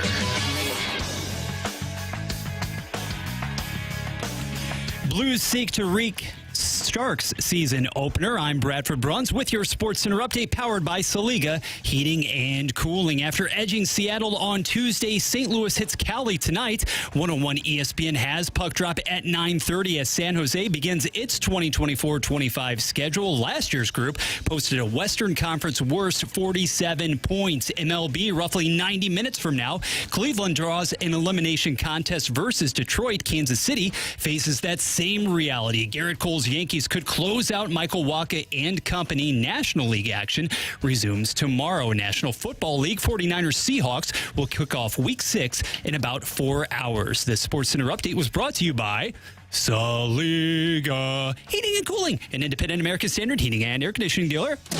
You're in the fast lane, coming to you live from the Car Shield studio on 101 ESPN.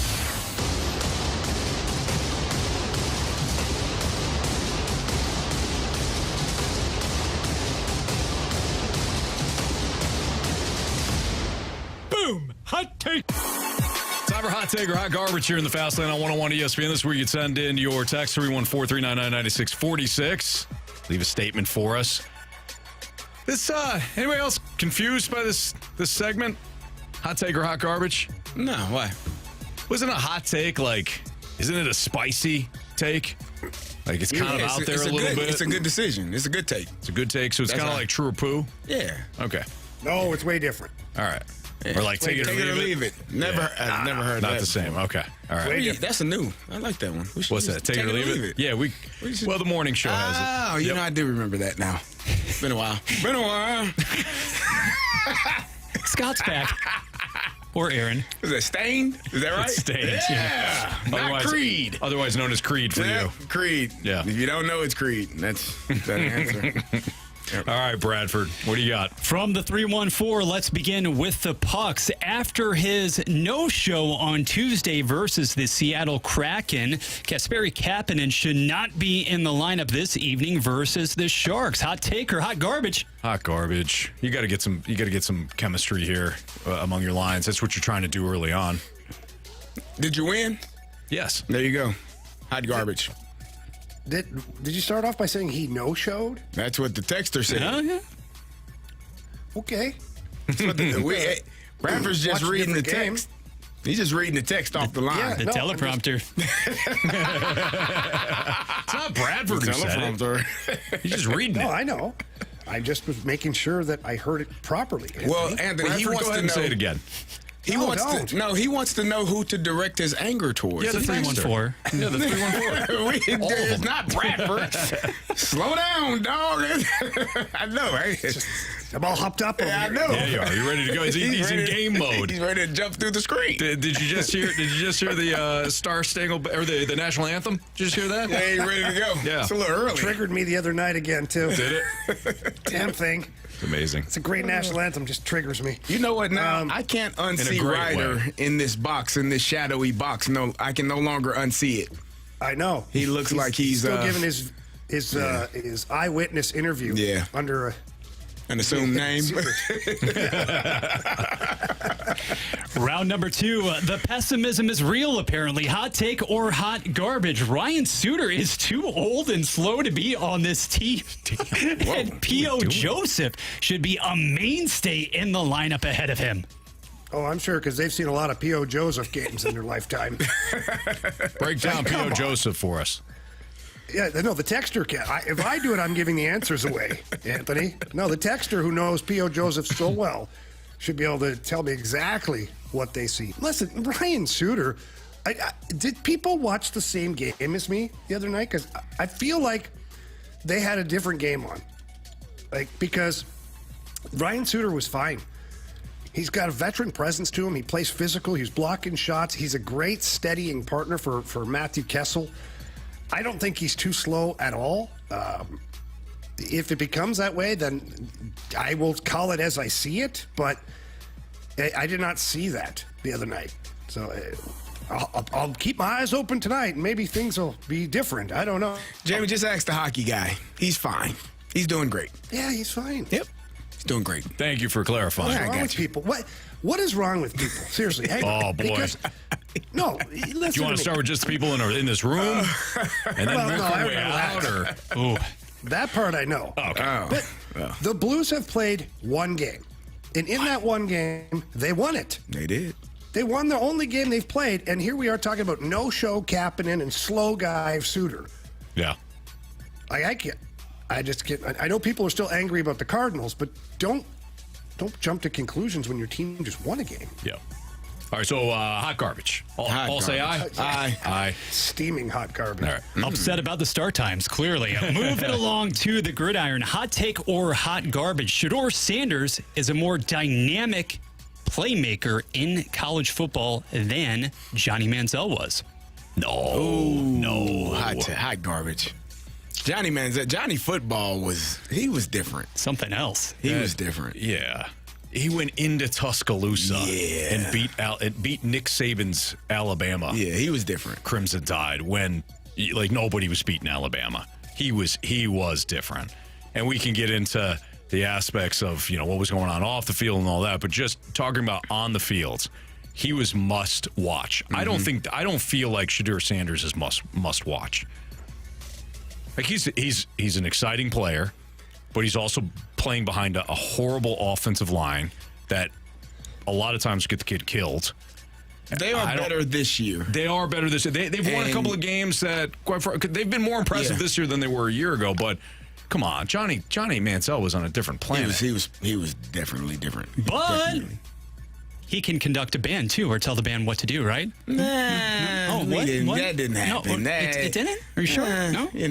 Colorado wanted to play his rap song. They did. They asked if they could play it and then play the fight song. Yeah. What are you doing? What's wrong with that? A little confusion. Everyone was My apologies. on the same page. One sheet of music. See what they did there? Well done. No, hot garbage on that. Hot take or hot garbage? Cinnamon rolls are better than donuts. Oh, that's a hot take. That's a hot take, yeah. You warm that thing up, man. Oh, sweet Jesus. Ooh-wee. Yeah, that's... You can't warm a donut up. It's just not the same. It's not. You could, but you don't want to. Jamie, your face frowned up. You guys haven't had a nice warm donut from Krispy Kreme? Well, now, Jamie, you're talking. Now, you know what, Jamie? Because when that light is on, say Fresh Donuts, what does it say? Mm-hmm. That light? Yeah. Let you know that time to make the donuts. Come get No. That means they're ready. No, that's Dunkin'. Yeah. Time to make the donuts. Yeah. The donuts are ready. No. Either way, cinnamon rolls are incredible. Yeah. They're fine. They're not. Don't you dare. They're fine. You peel back that first layer. Yeah, buddy. Knowing that you still have a little bit so much more to go.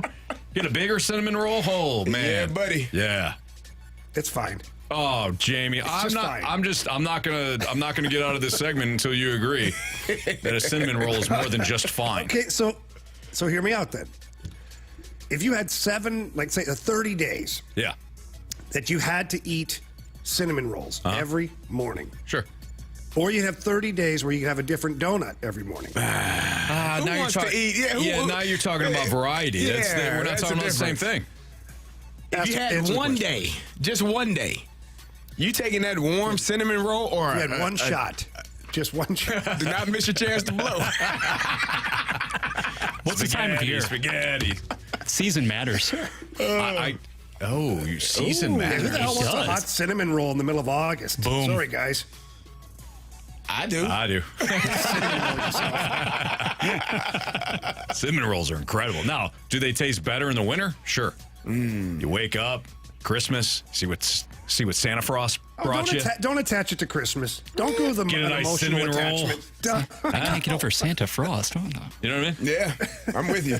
You're not gonna see what Santa brought you. You're not gonna get a disagreement from me. You look over and those cinnamon buns are heating up in that fresh little out of that circle tray. Wait, you take them straight out the oven. Cinnamon buns or cinnamon rolls? Same thing. Same thing. No, they're not. Okay, a cinnamon roll. Let's be technical. All of a sudden, he wants to be. All of a sudden, he wants to be technical. Tom. He is a little surly out there. Cinnamon roll. I just want to get the facts straight. Cinnamon roll.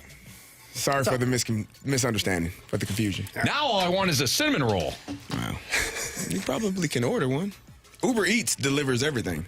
Will you order me one? You want me to order you one? Yeah. All right. Just have Carey go walk and get it. There you go, huh? Carey is the fastest walker ever. You all saw me that day walk down there to Potbelly. Your knee's been shredded 8 ways from Sunday because your football career. He hobbles around the office, but man, when it's time to go get his sandwich, I gotta eat. He is back in 30 seconds. He's high-stepping. He's high-stepping like he's Dion. You all didn't believe me. I took a picture in front of the fountain one day just to show you that I was actually out there. We walked out. We walked out and looked out there. We're like, there's no way. Somebody's meeting him halfway. No, there's Carey. High-stepping. Yep. Doing the Dion all the way. All the way. Yeah. And then I walk behind him. I can't get around him. You can't get around him. Slow when he walks down the hall. He was so mad. I was like, come on. I'm like, I'm walking here. You'll be okay. He'll be fine. Come on, pick it up here, Davis. All right, it's Fastlane on 101 ESPN. We've got NFL 4 downs next. Some things on the Jets situation. Jets. Saints quarterback. Raiders quarterback.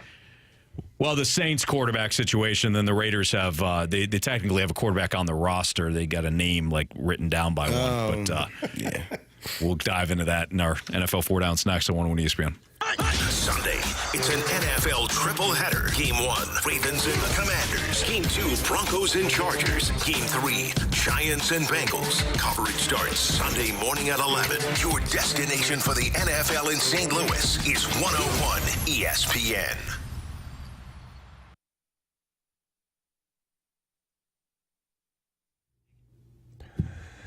Do you have a vision for your kitchen or a bathroom renovation or upgrade? How about an outdoor living space? Those outdoor living spaces are becoming quite popular, and that's where you call my friends over at E&B Granite. They have proudly provided the St. Louis area with exceptional customer service and products for over 20 years, and they want our listeners to experience the fast turnaround time with 100% customer satisfaction guaranteed. The process is easy. Head down to 6135 Manchester Avenue, walk in, and just talk to one of the design staff that's over there and tell them what you're thinking about doing. They're going to help you, walk you through the process, show you all the different options. The countertops are awesome. Everything's in the back. You just walk around the back, and, I mean, there's everything from granite, marble, soapstone, you name it. They've got it covered, and you get to pick your countertop right there. After that, the process is easy. The fabricators and the installers get into your home. They measure everything, tear out all the old stuff, install the new stuff, and you are going to love it. They do such an amazing job, and they've got such great products. Please go visit them in person or at least schedule an appointment. And to do that, you just have to call 314-645-9300. Again, that's 314-645-9300, or you can always visit them at enbgranite.com.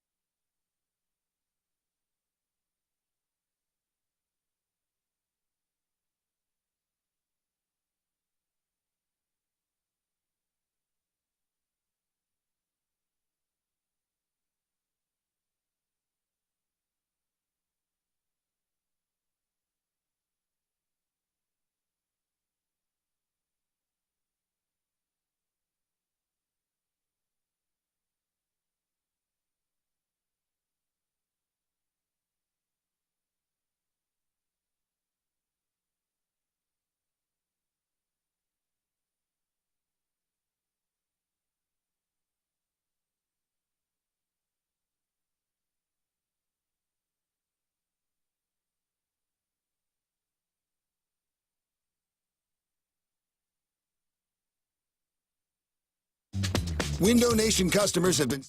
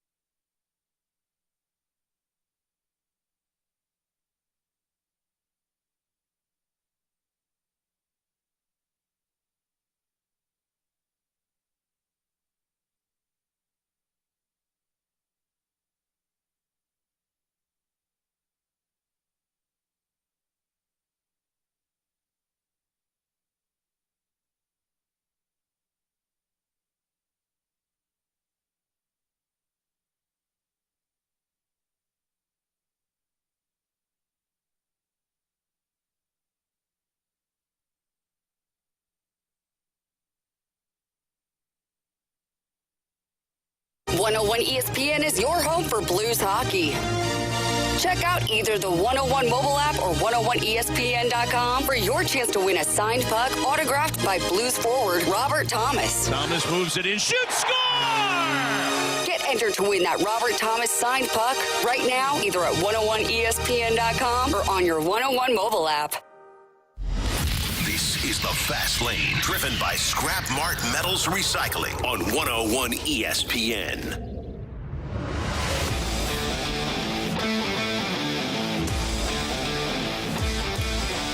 It's Fast Lane on 101 ESPN with Carey Davis, Jamie Rivers. I'm Anthony Stalter. We got NFL 4 downs now. First down. All right, guys. So my first down for you here is going to be the latest in the saga that is the New York Football Jets. Day 2 of the Jeff Ulbrich regime. It is underway.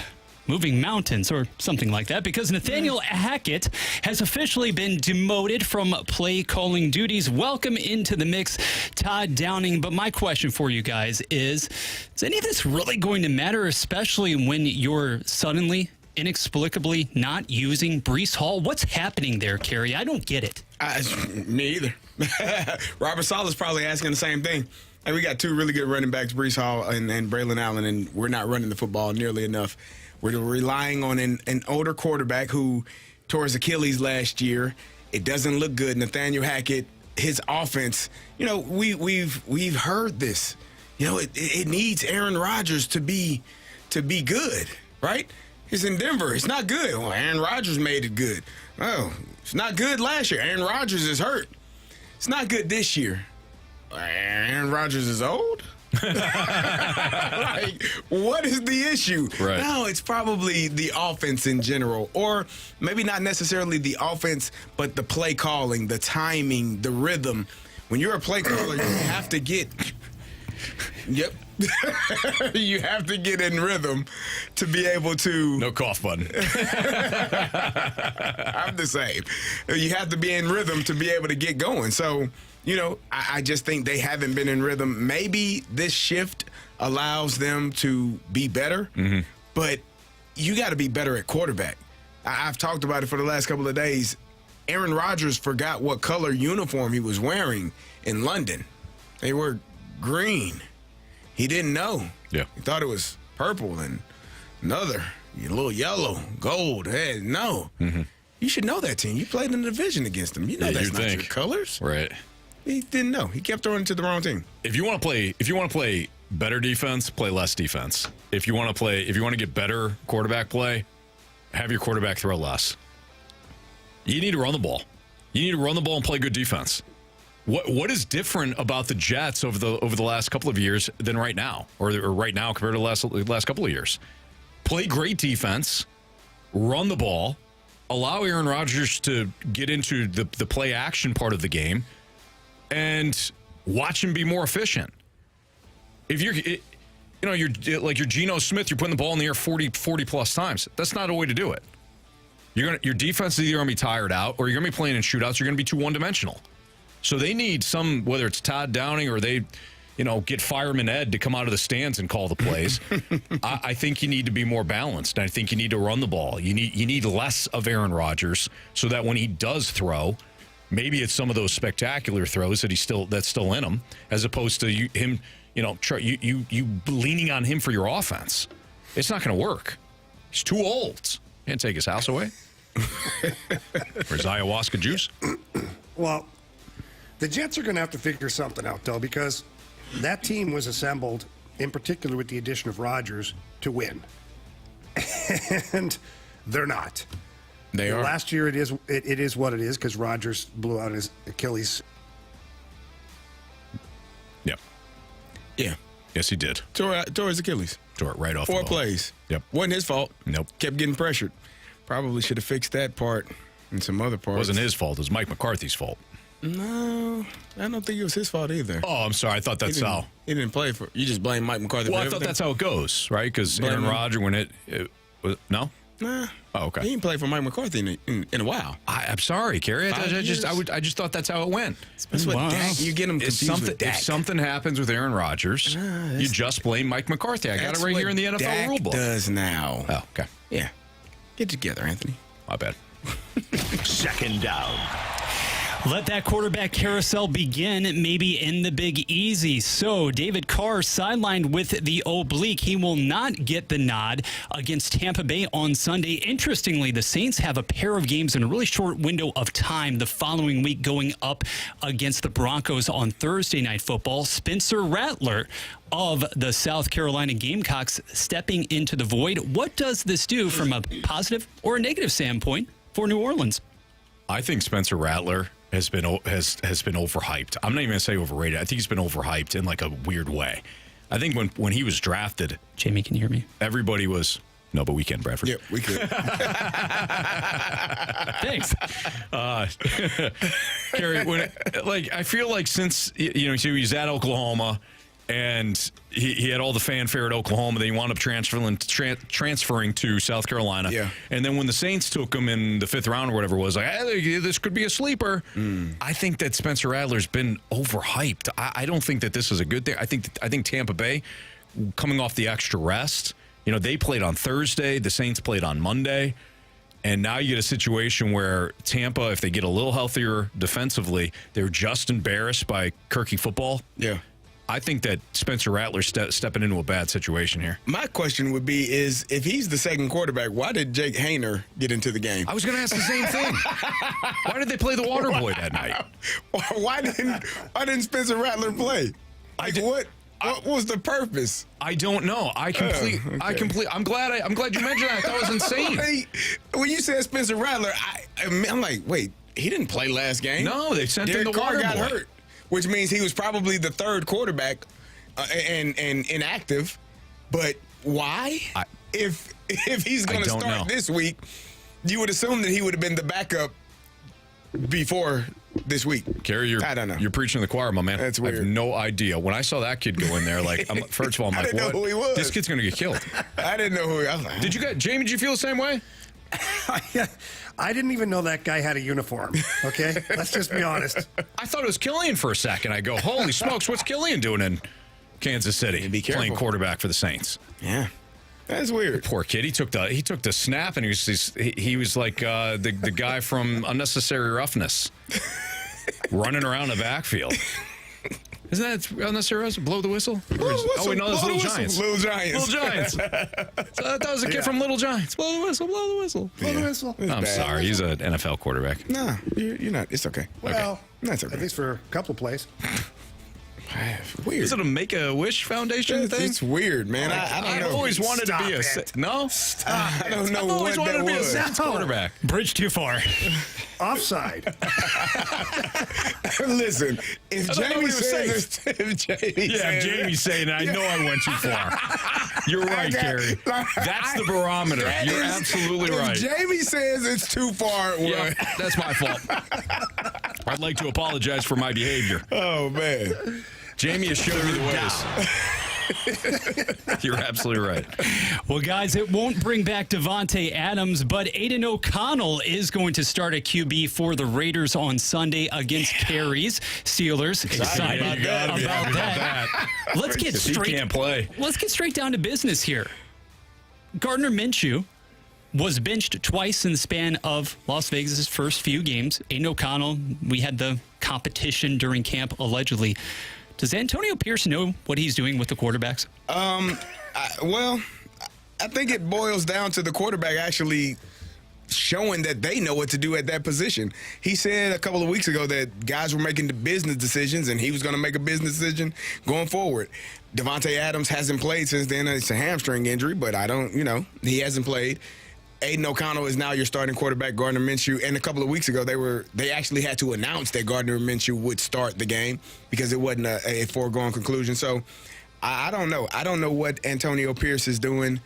I know I'm not. I hope he doesn't figure it out this week, but it just hasn't.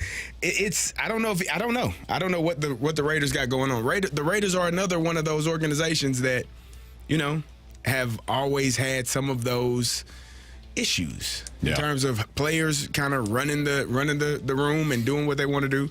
I don't know if that's this case, but I couldn't tell you. Again, I just hope they don't figure it out this week. Yeah, they don't have a quarterback. Yeah. They didn't get one in the offseason. They didn't make a move in the draft to go up and get one. They wanted to. I think he wanted Jaden Daniels, who would have had to fall tremendously. Right. Yeah, you weren't going to get Jaden Daniels. Because Antonio Pierce was, I believe he was there when Jaden Daniels was at Arizona State as well. Yeah, so they were familiar with one another. I think he also wanted Michael Penix Jr., but your Falcons said, no, we're going to take him. And the Falcons were like, we've got a 2-year plan and a 5-year plan. There you go. And it's happening now. Sounds like a plan. Yeah. Good job. 4th down. Things going from bad to worse for the Indianapolis Colts on the injury front. Now, number 1 wide receiver Michael Pittman Jr. is sidelined with a back issue. Obviously, Anthony Richardson at quarterback has the oblique ailment. Jonathan Taylor, is he going to be ready for Sunday? A team with quite a bit of hype, gentlemen, coming into the season, largely because of the upside there with Richardson. After losing to the Jags on Sunday, too, things seem to be spiraling out of control in a hurry. Droid FX, by the way, from the Snake Pit says the Raiders wanted Bo Nix, too. That's right. Yeah. They didn't get any of them. No. Jamie, what do you think? I mean, your favorite quarterback of all time is going to get the start, so I know you're excited about that. Who's that? Joe Flacco, the future Hall of Famer in your eyes. They call him HOF Joe. That's how we roll. You're the only one that calls him that. No. There's a lot of us in the Facebook group. Now it's you, Joe's uncle. Right. Grandmother. A lot of Flaccos in that group. Yeah. I don't know. I mean, the Raiders got a lot of injuries. You know what, though? Joshua Downs is a receiver that was injured for the first couple of games. He's back. He should be healthy. He was probably going to be their number 1 receiver. He's a guy that gets open. They got Pierce, who just does nothing but makes catches.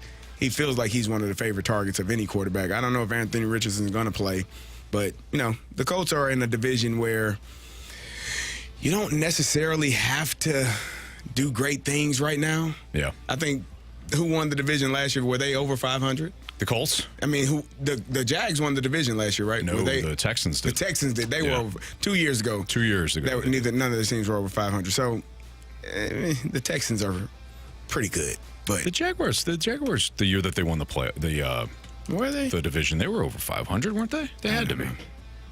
All these years run together, Anthony. It's like all these days. Let's see here. I don't know what I did yesterday. I think they won like 10 games. They're 9-8. Okay, they were. I think they won the last game to get over 500. They were still over 500. You're right. Come on, man. When you're right, you're right. Well, you got to take stuff away from the Jags. I'm not. They don't have anything. They don't. They don't. They don't have anything except for London. They do have London. They got St. Louis if they choose. Okay. We wanted our own team. I want a team. We want our own team. I want a team. Get the Battlehawks. No. Gauntlet next on 101 ESPN. Join St. Louis Cardinals pitcher Kyle Gibson, Redbird alum, and 101 ESPN's Brad Thompson and other MLB players for this year's Big League Blast Sporting Clays Tournament. Saturday, October 26th, hosted by Big League Impact. Ready, aim, fun for a full day of friendly competition in Pacific, Missouri, while raising money for the Franklin County Schools Backpack Program. Get the details on this year's Big League Blast event with Kyle Gibson and Big League Impact at 101ESPN.com.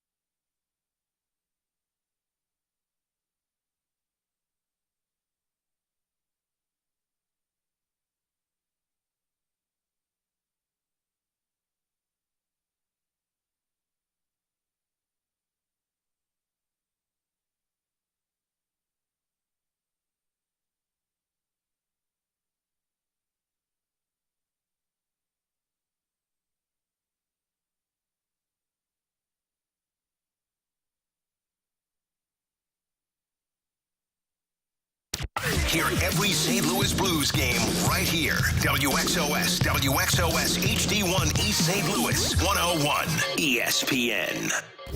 More of what you want to hear. Sports. This is the Fast Lane, broadcasting live from the Car Shield studio on 101 ESPN. 4 warriors, 4 categories, 1 challenger. Can you survive the gauntlet? Brought to you by Blue Note Roofing. Roofing, siding, and gutters. Call 314-920-5713 now for a free inspection.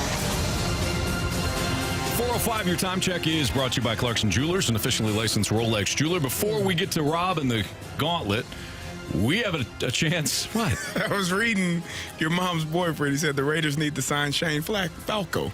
Yeah. Shane Falco. He won a big game once. He did. He's a good player. Yeah. Why was he on the boat?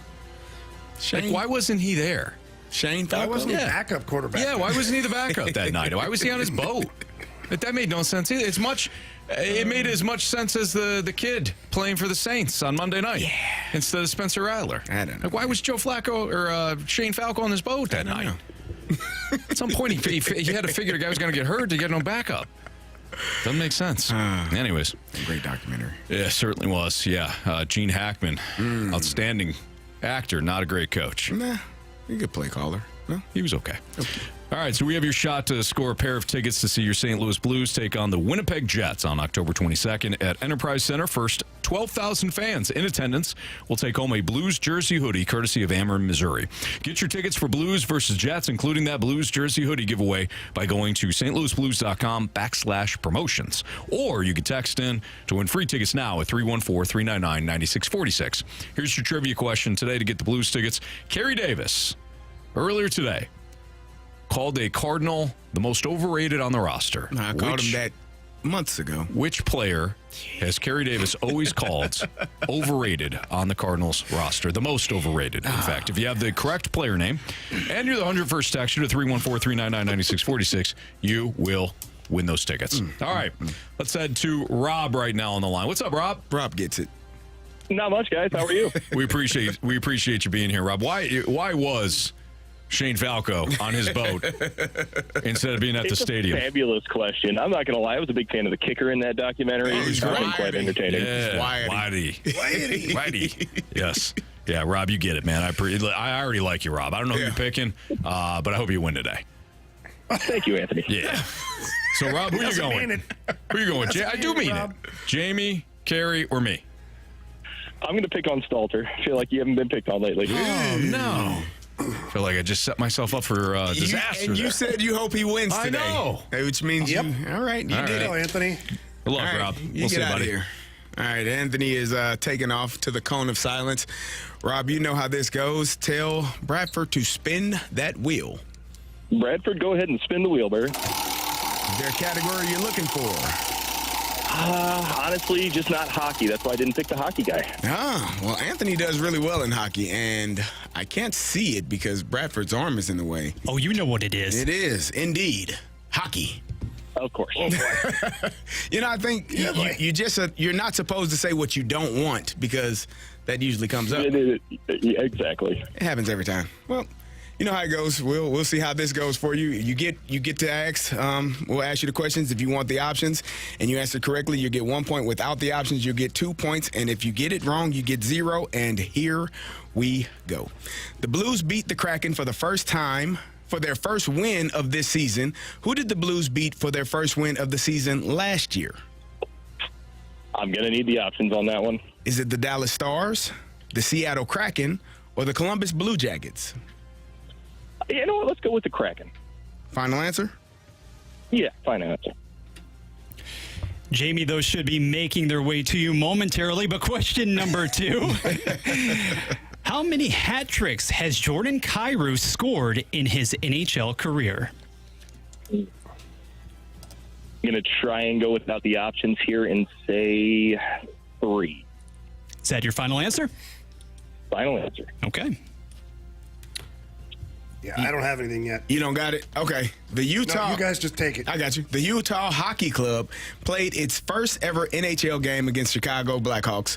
When Seattle came into the NHL in 2001, which team did the Kraken play their first game against? Ooh, another tough one. Give me the options.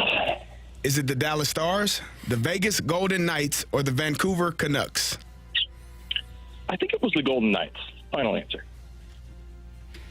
And question number 4. Who scored the first goal in St. Louis Blues history against the Minnesota North Stars? Ooh, yeah, definitely going to need the options on that one. They are as follows: Bobby Plager, Wayne Rivers, or Larry Keenan? Oh, Jamie's cousin. No doubt. Yep. Let's go with Bobby Plager. Final answer? Final answer. All right, we'll see if we can get Anthony in here. Yeah, we're waving him down. Rob, how you feel? Not great. Nah, okay, well, it happens. Jamie, were you able to get those questions? No, where'd you send them, Bradford? I just texted them to you. Oh, just to your phone. I got them now, yeah. You got it? I'm in All right. business. All right, well, Anthony, how you feel? Good. Good. All right. Well, your topic today, your category is hockey. Yes. Jamie, you want to tell them? Well, you better pack a lunch. All right. All right. All right. Question number 1. The Blues beat the Kraken for their first win of the season. True. Who did the Blues beat for their first win of the season last year?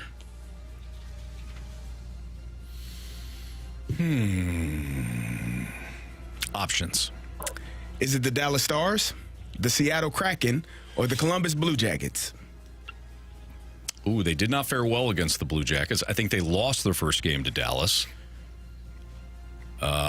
Did they beat the Kraken 2 years in a row? It's kind of be an interesting question.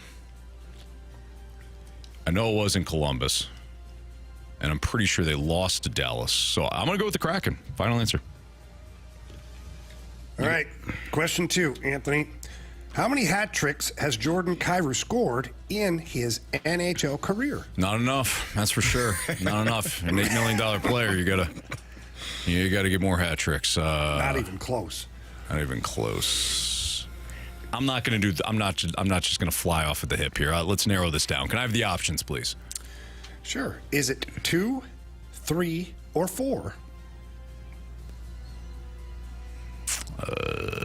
2, 3, or 4. Normally you go for the middle option. It's rarely the middle option. 2 seems too light. Let's go 4. Final answer. Question number 3, Stoltz. The Utah Hockey Club played its first ever NHL contest against the Chicago Blackhawks earlier in the week. When Seattle came into the NHL in 2021, which team did the Kraken play in their first ever game? Oh, man, I don't know. Options.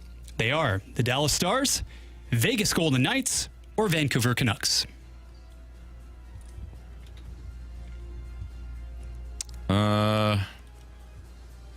Vegas. Final answer. Question number 4. These are tough, Rob. Who scored the first goal in St. Louis Blues history against the Minnesota North Stars? Options.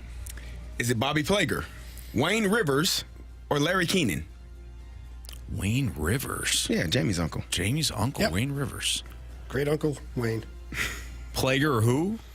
Wayne Rivers or Larry Keenan? I gotta go with Plager, right? I'll go with Plager. Final answer. All right. Let's start there. Who scored the first goal in St. Louis Blues history against the Minnesota North Stars? Rob, you took the options. You said Bobby Plager. Yeah. Anthony, you took the options. You said Bobby Plager. The correct answer is none other than Larry Keenan. Oh, man. 0-0. Question number 3. We're going to question number 3. The Utah Hockey Club played its first ever NHL game against Chicago Blackhawks. When Seattle came into the NHL in 2021, which team did the Kraken play in their first ever game? Rob, you took the options. You said the Vegas Golden Knights. Wow. Anthony, Lockstep. you also took the options. You said the Vegas Golden Knights. Correct answer is Petro's Vegas Golden Knights. Nice. got a right. 1-1 tie. Nice job, Rob. Thank you. You as well. Thank you. Go to the first question. The Blues beat the Kraken for their first win of the season. Who did the Blues beat in their first win of the season last year? Rob, you said the Kraken. Wow. Anthony, you said the Kraken. The correct answer is... It is the Kraken. But you both needed the options. Oh, Carey, you motorboating. You know what? It is tied 2-2. Wow. All right. Final question. How many hat tricks has Jordan Kyrou scored in his NHL career? Rob, without the options, you said 3, which we found out was an option because Anthony took the options. He said 4. If the correct answer is 3, well, Rob, you win 4-2. The correct answer is 4, Anthony, you win 3-2. If the correct answer is 2, we got a walk-off. I'll grab my pen. Rob. You have chosen poorly. You lose. Not today. The correct answer was 4. Anthony got you 3-2. He is shocked as anyone. My good fight, Anthony. Well it done, was, sir. yeah, nice job, Rob. My method worked there with the don't go with the middle and 2 seemed too short. It did. Rob, nice That really job, wasn't man. a method. What's that, Jamie? It's not really a method, Anthony. Did I win? Did I get it You right? sure did. It's his method, great. and it worked. Thank you, Carey. There you go. Rob, great battle, man. Good job, Appreciate you Rob. playing. You too. Thanks, guys. Thanks, man. How could you, Jamie? You did great, buddy. You don't believe that. I got 3 out of 4. I didn't feel like it. You won. I'm proud of you. Outstanding. Something seems off. All right. It's Fastlane on 101 ESPN. Jamie Rivers, Carey Davis, Anthony Stalter. Let's go back to a little blues hockey. You know what? Why don't we do some blues cues? Jamie, you up for some blues cues? Hell yeah. Let's 74. 74 blues cues. Keys to the game. Oh, keys to the game. That's keys to the game. Yeah. Right. So Blues if you got, cues is the questions. if you've got That's the cue. a blues-related question, yeah, that's the cue part. Nice job, Carey. 314-399-9646 is the Air Comfort Service text line. Send your blues-related questions in. Next on 101 ESPN.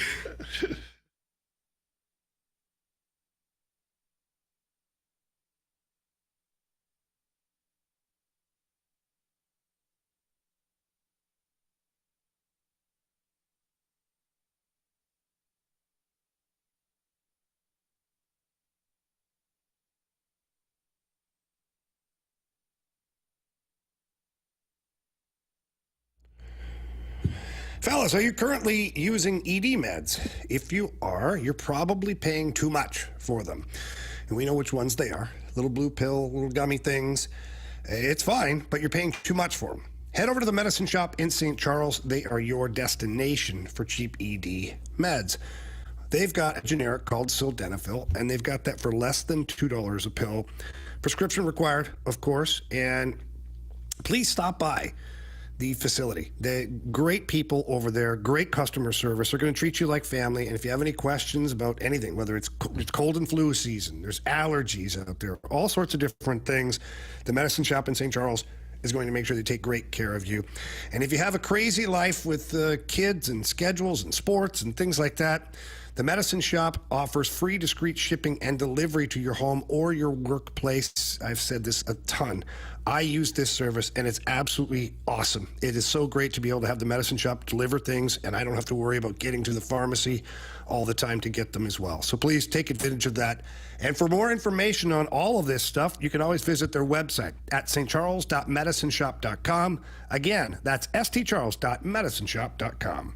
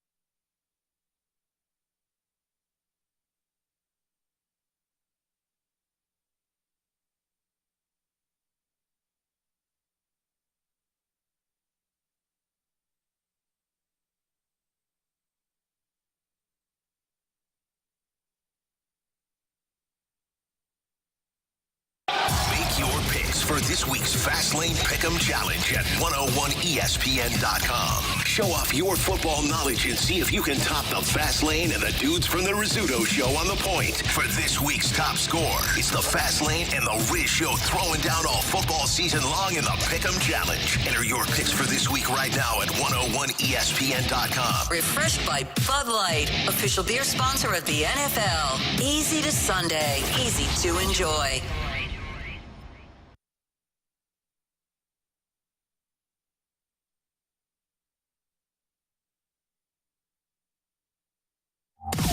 Now, it's time for the Fastlane's Blues Cues.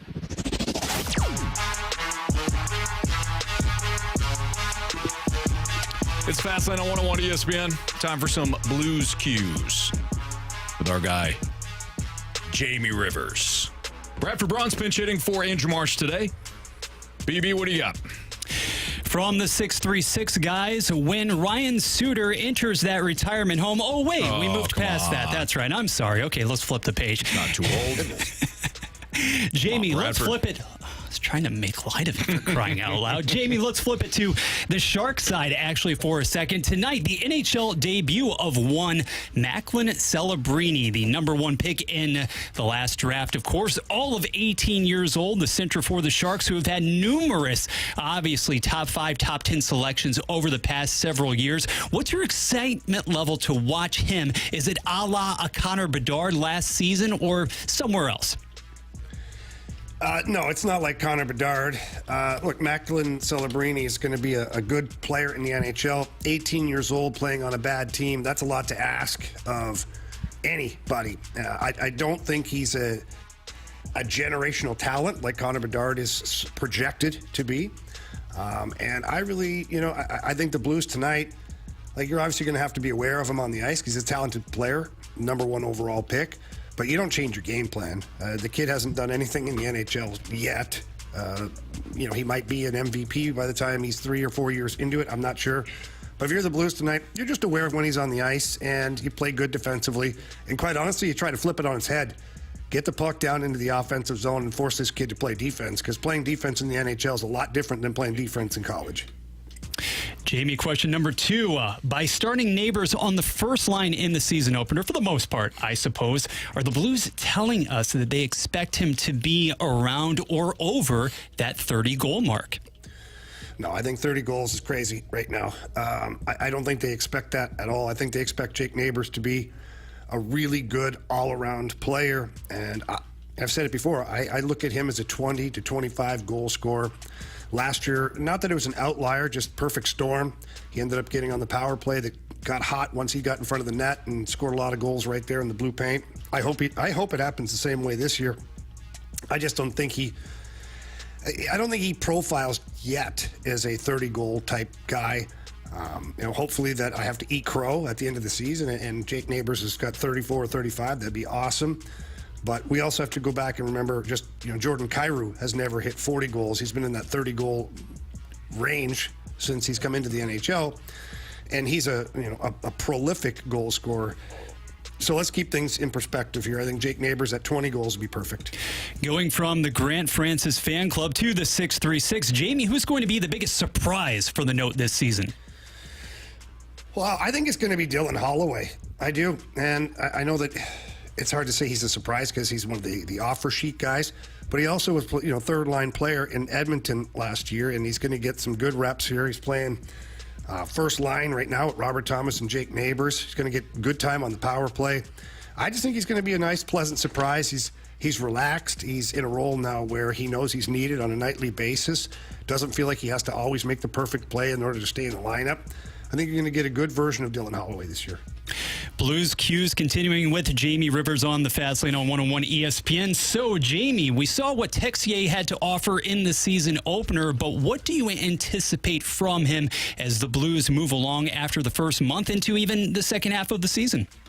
Well, I expect him to play with a lot of speed out there. He's got good skating abilities, and I think that he's most effective when he's skating out there, moving his feet, moving the puck. Made a great pass for Jordan Kyrou on the breakaway goal that he scored. As far as expectations are concerned, you just want a solid two-way player in Texier. I don't know if anybody truly knows what he profiles to be down the road. He's got good size, good speed. He's very smart, willing to learn out there, very coachable. As far as projections of what he could bring, offensive numbers, I'm not going to go there just because I think that he doesn't have to necessarily score a bunch of goals to help this team and be effective. I think that he's got to continue to play with pace, continue to be very good on the defensive side of things. And when he gets the opportunity to shoot the puck and get in there, he needs to do that. Jamie, the 636 asks, correct me if I'm wrong, but why won't the Blues just go out and get a center for now, considering they have the cap space? It doesn't have to be a high-profile center, but somebody who's perhaps better at that position than Booch. Okay, so you have internal options. So let's not forget that right now. You have Braden Shen, who could slot in there. If you're just looking for another centerman, why would you go acquire a guy and spend more cap money when the expectation, based on the question, what was just asked, is like, it doesn't have to be a great player, just a player. Well, if that's the criteria, why don't you just use one of the players you have right now on your roster instead of having to go out there and eat up cap space? I think that Army's doing a real good job of manipulating this roster in a really good way when it comes to salary cap and things like that, because if this Blues team is close, if they're in the playoffs or on the cusp of the playoffs come trade deadline time, now Army can go out there and add not just a player, a really good player, and you'll have the cap space to support it, and you don't have to worry about trying to trade something away then to add a player. So I like the fact that he's got the cap space. Don't use it until you absolutely have to. Jamie, I was going to ask, although just one game, how did Booch play at center? Was it fine? Is there something that could be better? We talked about faceoffs being one of the things that if you're a centerman, it needs to be really high. How was his play in game one? I thought it was fine. Look, Pavel Buchnevich is such a good two-way player that it's not that he profiles to be a center, but you kind of look at it and go, I can see it. He's good defensively, he's a smart guy with the puck.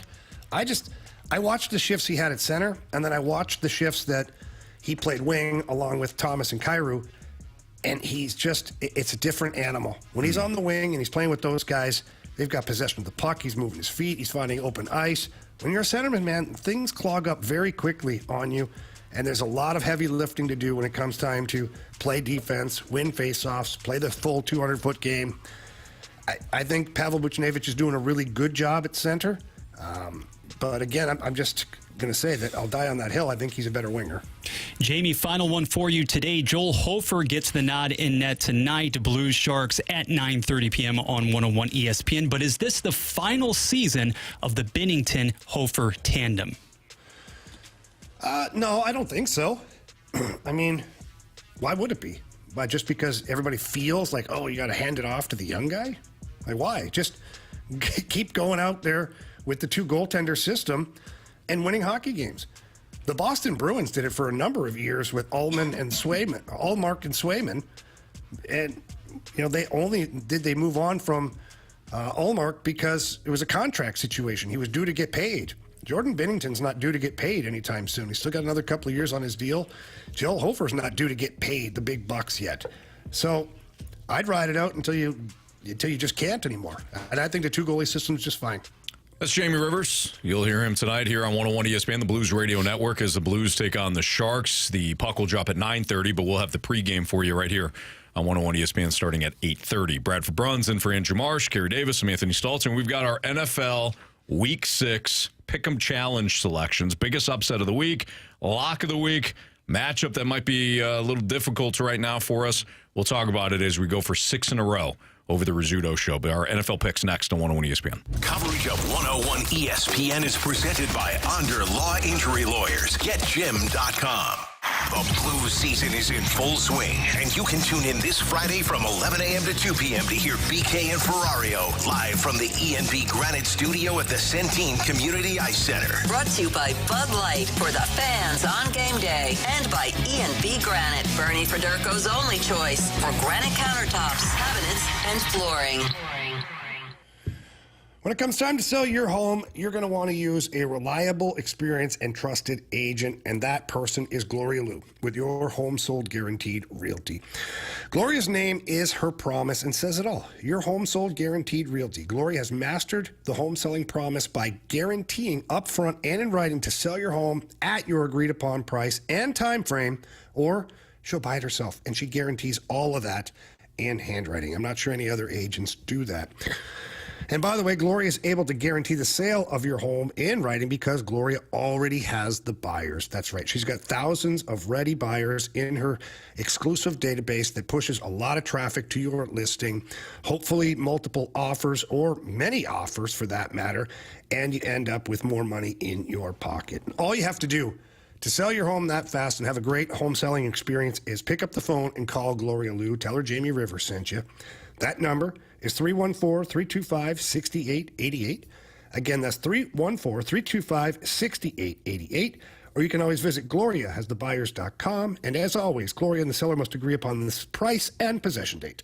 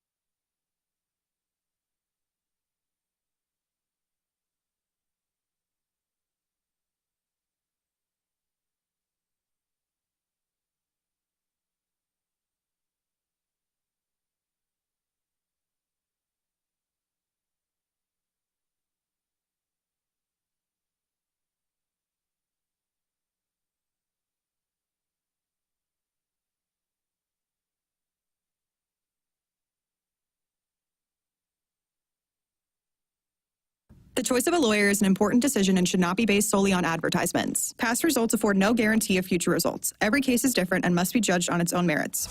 At Onder Law, we deliver big judgments for the little guy. We've negotiated over $5 billion in settlements. Onder Law takes on the biggest industries and holds them accountable. We've won millions for victims of truck accidents, drunk driving crashes, and workers' compensation. Call Onder Law, 314 or 618-9-million. That's 314 or 618-9, all zeros. At First Community, we've been in the business of serving our members since 1934. St. Louis is not just our corporate headquarters, it's the only market we serve. It's also home to nearly 700 employees who have named us a St. Louis top workplace for 13 consecutive years. There are now over 400,000 members of First Community. We're proud of our 90-year history in St. Louis. It's our home and always will be, generation after generation. $1 share account required. Must qualify for membership. Federally insured by NCUA.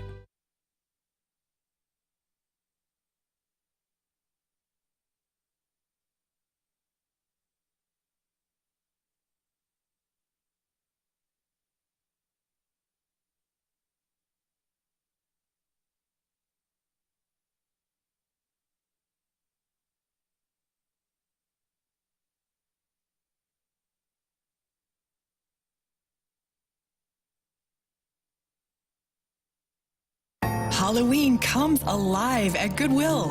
Find everything you need for a unique and fun costume right here. Check out lots of amazing finds from formal wear to vintage clothes and accessories. We have everything you need to bring your look to life. Hurry, Halloween will be here sooner than you think. Sponsored by Spas and More.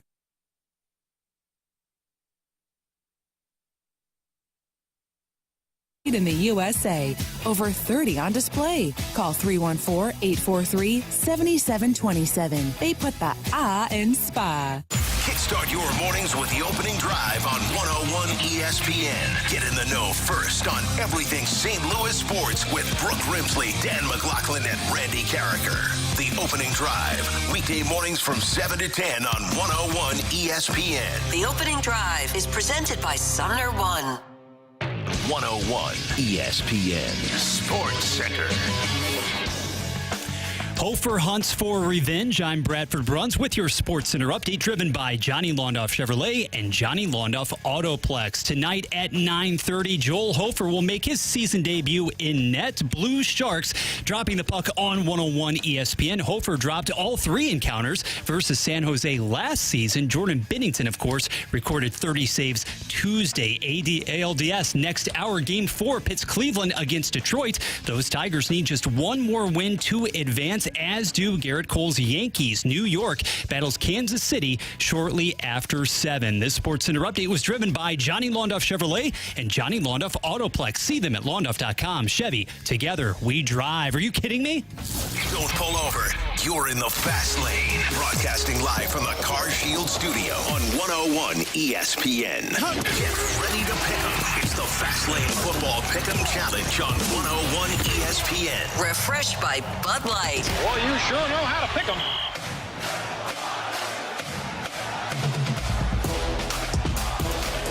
All right, it's our NFL Week 6 Pick'em Challenge picks, refreshed by Bud Light. And we, gentlemen, are up 5-0 over those fools from the Rizzuto Show. 5-0, boys. 5-0. What's the magic number? Magic number down to 4 for us. Oh, boy. Yeah. We'll work on that. We'll work on the win first, and then we'll work on the humiliation part of it next. You guys good with it? You guys good with that? I'm all for that. All right, good. Bradford Bruns in for Andrew Marsh. Bradford, feel free to chime in with your thoughts as well. But why don't we start off with the big upset of the week? Call your shot, gentlemen. Carey, I know you have got one that you're not going to actually pick in the Pick'em Challenge. I do. But if you want to share it anyways. Jets over the Bills. Yep. Why? Sorry, Donnie Fandango. My guy. I just Doesn't feel like you a get you get the new coach bump, you know. Things haven't been going great. They are at home. The Bills, I don't know what they're going to do offensively. I don't know what they are. I don't know who they are. I know Josh Allen was 9 for 30 in his last game. You only highlight his bad games or his bad decisions. Anthony, am I not the one that talked about how great of a game that was against the Kansas City Chiefs a few years ago? Poor decision-making by kicking the ball deep. You should have squibbed it. That way the clock would have ran a little bit. But what do I know? 13 seconds proved to be too much time. Who'd have thunk it? Not Josh Allen's fault. That was a hell of a game. If he'd have had the ball one more time, he probably would have won. Go ahead with your Jets over Bills. With your Bills slander. Jets over Bills. Jets over Bills. All right. Mine's going to be the Broncos over the Chargers. Broncos are a 3-point dog. I don't know why. Yeah. I don't know why the Broncos are a 3-point dog at home against the Chargers. The Chargers are a fine team. You know how I feel about Justin Herbert. Bad unis, but bad unis. Yeah, I don't like them unis. That's shameful. He doesn't like the yellow pants. I don't like the mustard pants. That's gotta go with gold. You give me a little gold, I'm good with it. And they're banged up to boot. Yeah, banged up. The Chargers. uniforms, I agree. I couldn't agree more. Yes, those as well. Aesthetically and physically. Yeah, they are. They're still dealing with. I mean, guys that are playing are limping, and the guys that are out. You've got Bosa that's got an injured hip. Khalil Mack was injured, but apparently he might be back. Perriman's got a shoulder injury. They do have a long list of people out injured on Hayden Hurst, Achilles. Gus Edwards, ankle. He got like Herbert, people. ankle. Slater, their tackle. Pectoral. They are banged up, man. Joe Alt, knee. Samuel, the best corner, shoulder. Herbert, ankle. I like the Broncos to pull off the upset against the Chargers in a game that I don't even think should be an upset, but by Vegas law, it would be. Jamie, what's your upset of the week?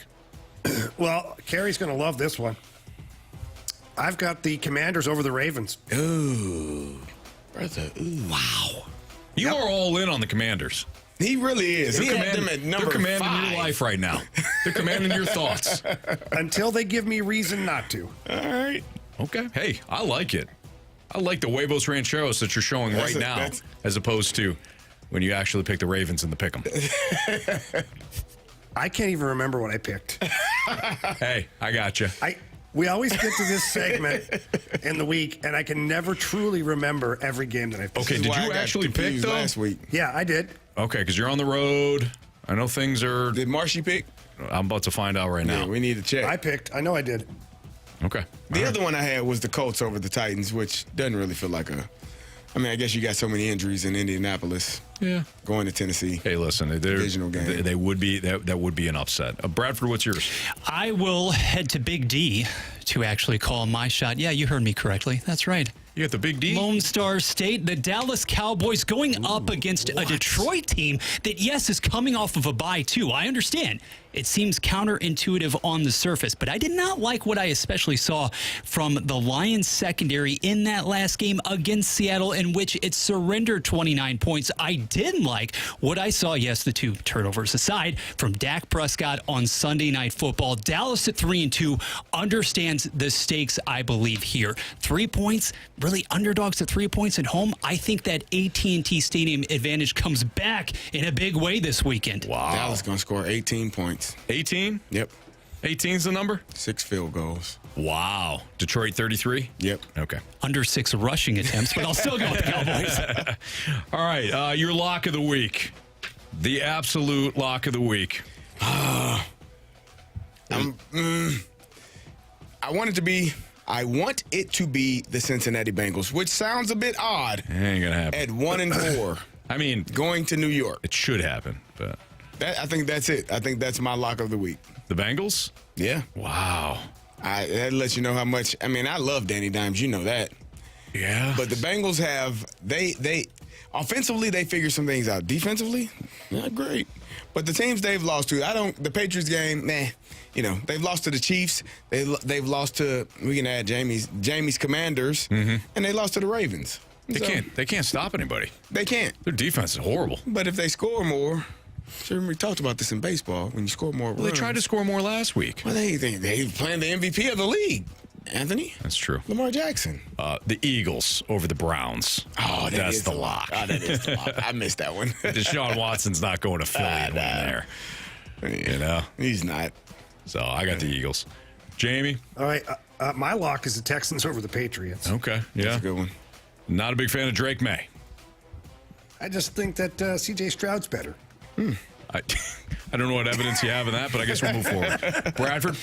I don't have a lot of stock in those Arizona Cardinals right now. And if you're telling me that Kyler Murray and company for 4 quarters, I'm sorry, Carey, that they can go to Lambeau Field against Jordan Love, rounding into form, if you will, following that pretty brief absence. I know that the Packers receiving core right now down a bit insofar as is Dobbs going to play? Has he been able to mend the fences there? What about Watson for that matter? It's not going to matter because Arizona doesn't have an answer for Jaden Reed, and apparently exceedingly difficult to be able to cover Tucker Kraft as well. So Packers in a rout by double digits. Okay. We'll fly through these tonight. 49ers, Seahawks. Niners. San Fran. Niners. Jaguars, Bears. I got the Bears. I got the Bears at home playing a little better defense. Jacksonville tried to lose that game last week. They'll actually lose this one. They will. Bears have the momentum. Tough one, though. I agonized on this. Chicago barely. Okay. Oh, look at him. Wow, the pun. Like it. Bradford's like, I could do better. It's true. Jamie? I got the Bears.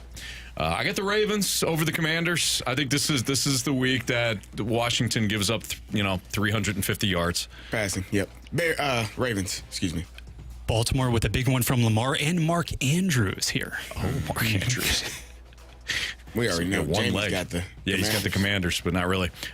Texans, all say aye. Aye. Over the Patriots. Let's see here. It's the next matchup. Eagles, all say aye. Aye. That's ugly. Aye.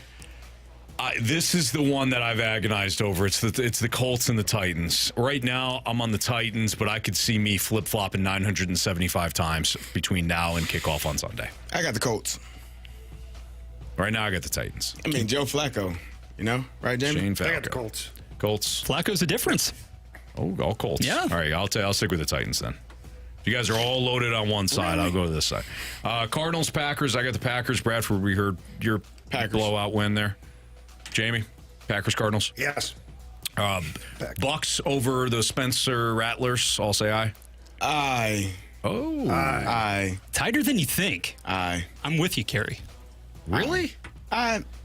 You like this Saints team? Nah. Like what you've seen the last couple of weeks out of the old Saints? I'm still trying to figure out why Spencer didn't play last game. But maybe they know something I don't know. We do know. I told you. I don't know. I like AK against that defense, though. Too far. Come on. So who do you like?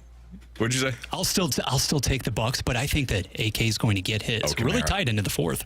Steelers and Raiders. We all got the Steelers. Steelers. All right, Steelers. Yep. Say aye. Aye. I got the Broncos over the Chargers. I can go there with you. Always flip flopping. All right, Bradford. I'm not going there. Herbert pulls off a tight throw or two and wins it in the end. All right, so you guys got the Bolts. I've got the Lions. Bradford, you know the Cowboys are your underdog pick. Falcons over the Panthers. I'll say aye. You say no, I'm going to die. I got the Falcons this week. Just checking. Yeah, if they lose, you're out. I'm going to pick against them the entire season. Bengals and Giants. I might flip to the Giants, but I've got the Bengals right now. Bengals. Chase Brown game. Cincy. Chase Brown game. All right, and then I got the Bills over the Jets on Monday night. I got the Bills. Yep. But I you're think leaning. The Jets, I'm leaning. You're leaning gangrene. Teetering.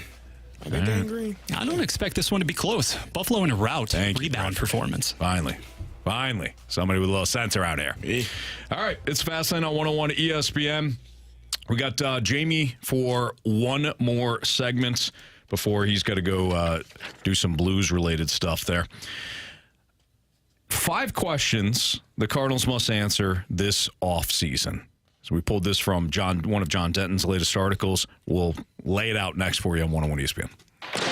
The St. Louis Blues are back on ESPN. Shoots, he scores! Tonight, Blues and Sharks. Pre-game at 8:30. Puck drop at 9:30. The wait is over! The quest for the Stanley Cup happens here on your home of the Blues. 101 ESPN. Gutter Shutter, the best gutter with a cover by Woods. Get a free gutter and cover estimate at woodsbasementsystems.com.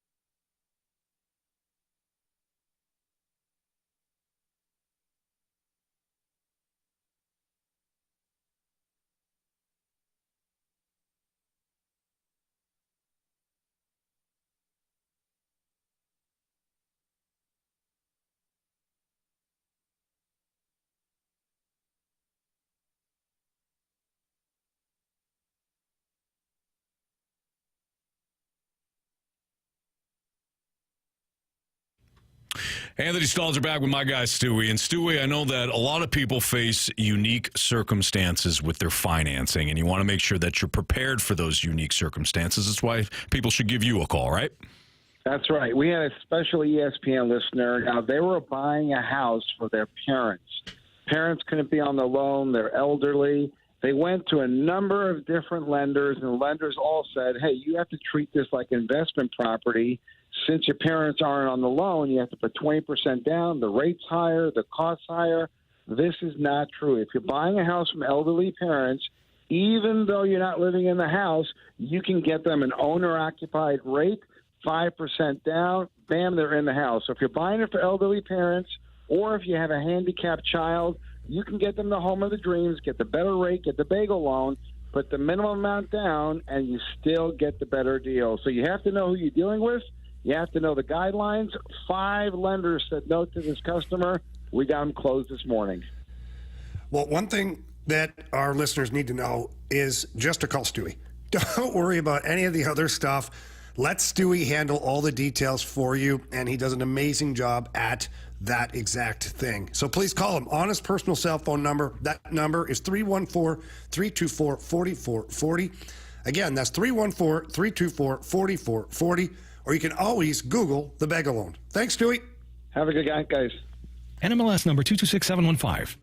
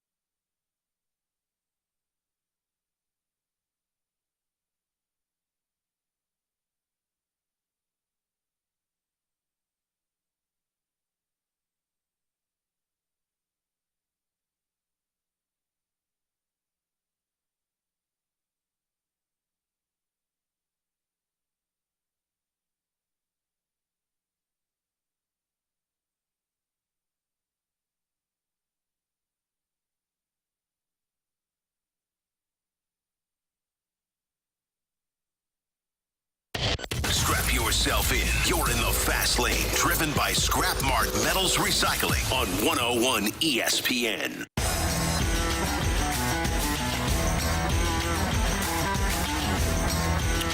So John Denton of the Cardinals, well, he's the Cardinals beat writer for MLB.com. He put together 5 questions Cardinals must answer this offseason. Jamie Rivers, Carey Davis, I'm Anthony Stalter. His first offseason question, of course, is who stays and who goes. St. Louis is set on focusing the 2025 team around the young core of Mason Wynn, Brendan Donovan, Lars Nootbaar, Alec Burleson, Jordan Walker, Nolan Gorman, Thomas Saggese, Andre Palante, Micah McGreevy, Matthew Liberatore, and Ryan Fernandez. That means established veterans such as Nolan Arenado, Sonny Gray, Wilson Contreras, Miles Michaelis, and Steven Matz, all scheduled to make more than $10 million next season, could be moved as a way to trim payroll if it fits what President of Baseball Operations John Mozeliak referred to as a reset. The man that Carey Davis called overrated all season long. No, not what it said. Overrated and overvalued and just a puke. No. Ryan Helsley could be a candidate to be dealt as well. So why don't we do this real quick? Stay or go? Who do you think stays? Who do you think goes? I'll throw out the name. Nolan Arenado. Stay or go? Stay. I think he stays too. Jamie? Stays. Okay. Sonny Gray. I think he stays. Stay. Stays. I don't know what's going on here. Wilson Contreras, stay or go? Stays. Stays. You like Willie. Stays. There you Stays. go. All right, there you go. I knew You that. know I do, Carey. I know you do. Miles McColas. Goes? I think he stays. Where's he going? I think he stays. The contract's going to be tough to move. Anthony, I'm not going to say what you're doing right now, but you keep going. Thank you. You know exactly what I'm doing. I know what you're doing. I don't like it, but I know what you're doing. Yes. Okay. Continue, sir. Jamie? I say he's got to go. Okay. Steven Matz. Stays. He's going to stay. He's going to stay. Yep. Ryan Helsley. He's going to stay. Oh, my God. They're going to run this bitch back. I told you what he was doing. I told you what he was. I saw it. They're going to run this back. Right now, they're talking about change and all that stuff. This is the most risk-averse organization in all of sports. They can sit in there and mean, you know what makes the most sense? You know what? It was just bringing everybody back. They weren't that bad last year. During COVID, we had the Bulls documentary where they had, one last dance. Yeah. And you see John Mozeliak is like, hey, this is my last dance. Yeah. Yeah. I believe in this team. Yeah. Yeah, they're not going to do anything.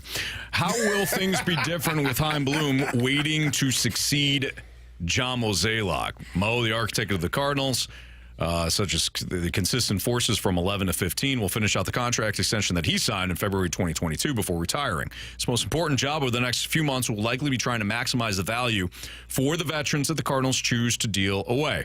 Trading a proven veteran such as Arenado, Gray, Contreras, or Helsley won't be a popular move for their club that likely won't reap the benefits of such a deal until years down the road. You know why they won't reap exactly why they won't do that. Reap such a deal?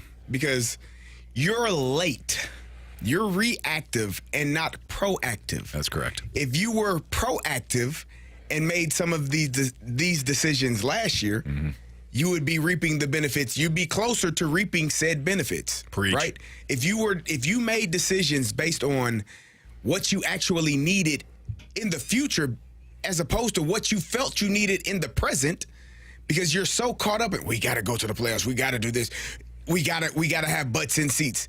You ain't done neither in the last 2 years. No.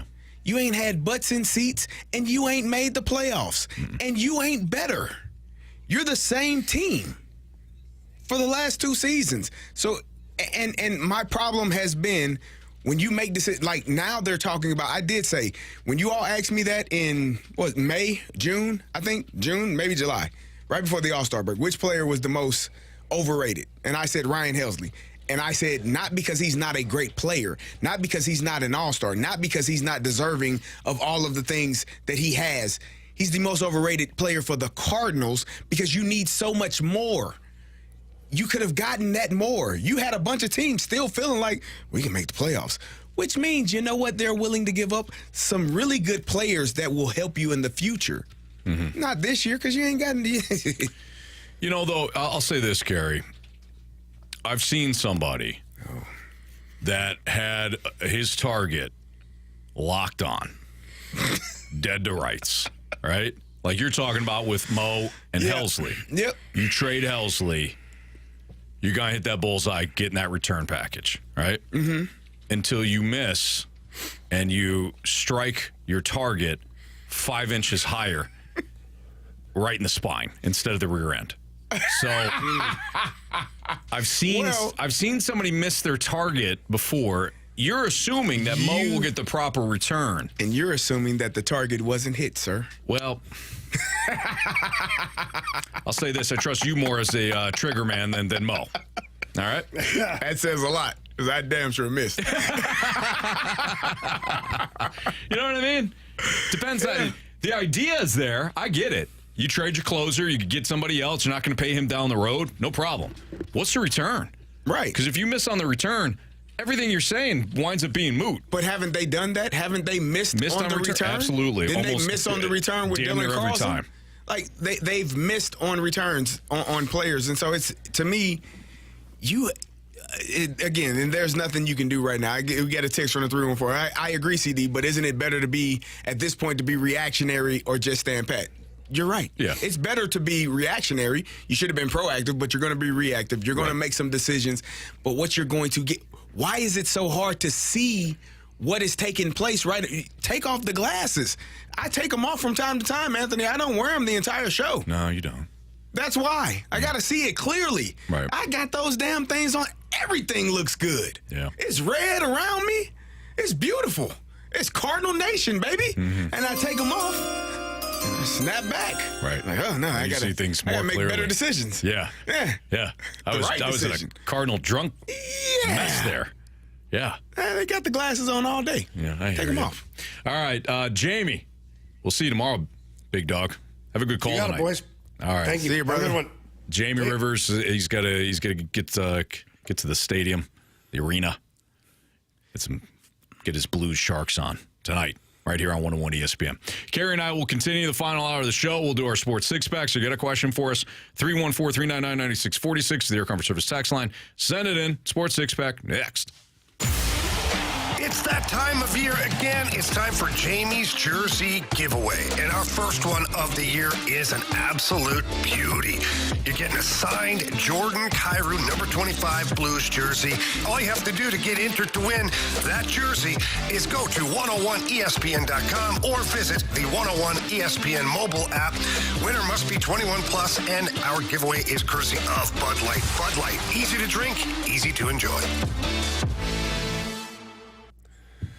Well, if you've been to Las Vegas anytime recently, I'm sure you have seen Circa Sports. It is the world's biggest sports book, created by my buddy Derek Stevens, who owns and operates the Circa Casino. Now, we're bringing the world's biggest sports book right to your fingertips. That's right. The Circa Sports Illinois mobile app for your phone. It's old school Vegas, right there in the palm of your hand. I caters to bettors who are familiar with why the lines are as aggressive as they are, and other tells that are out there. But remember, too, there's no promos for this. Circus Sports doesn't need any promos. The promo is in the price and in the payout for these guys, and that's exactly what it is. They've got tight money line splits. You're getting the best odds out of any of the apps that are out there. And Circus Sports Illinois is the ultimate sports betting app that brings the tightest money line splits right to your fingertips. There's no betting limits. And of course, you get incredible customer service with a human being, not a robot or a machine. And all you have to do is download the app and start your betting and have a great time. Don't miss out on the action. Download and bet like a pro with your Circus Sports Illinois app today and join in on the excitement. Again, visit their website or find them in the App Store. If you or someone you know may have a problem with gambling, call 1-800-GAMBLER or text ILGAMB to 833-234.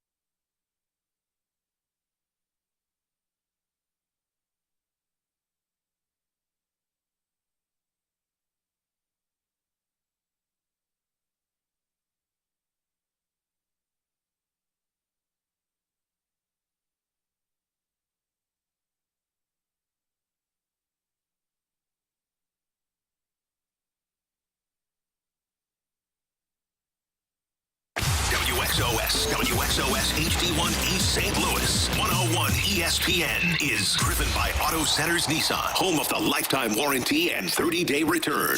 You're listening to The Fast Lane, broadcasting live from the Car Shield studio on 101 ESPN.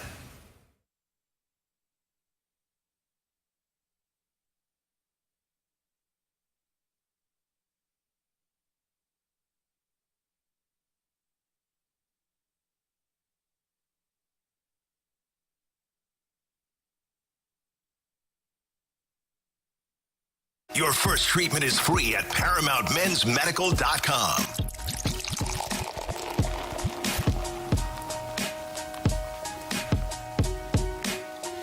All right, time for our Sports Six back here in the Fast Lane on 101 ESPN 505. Your time check brought to you by Clarkson Jewelers, an officially licensed Rolex jeweler. Carey Davis, Anthony Stalter, Jamie is heading to the SAP Center. He's going to do that hockey. He's going to do that hockey. Bradford Braun's in for Andrew Marsh. Bradford, what do we got for question one? Question number one.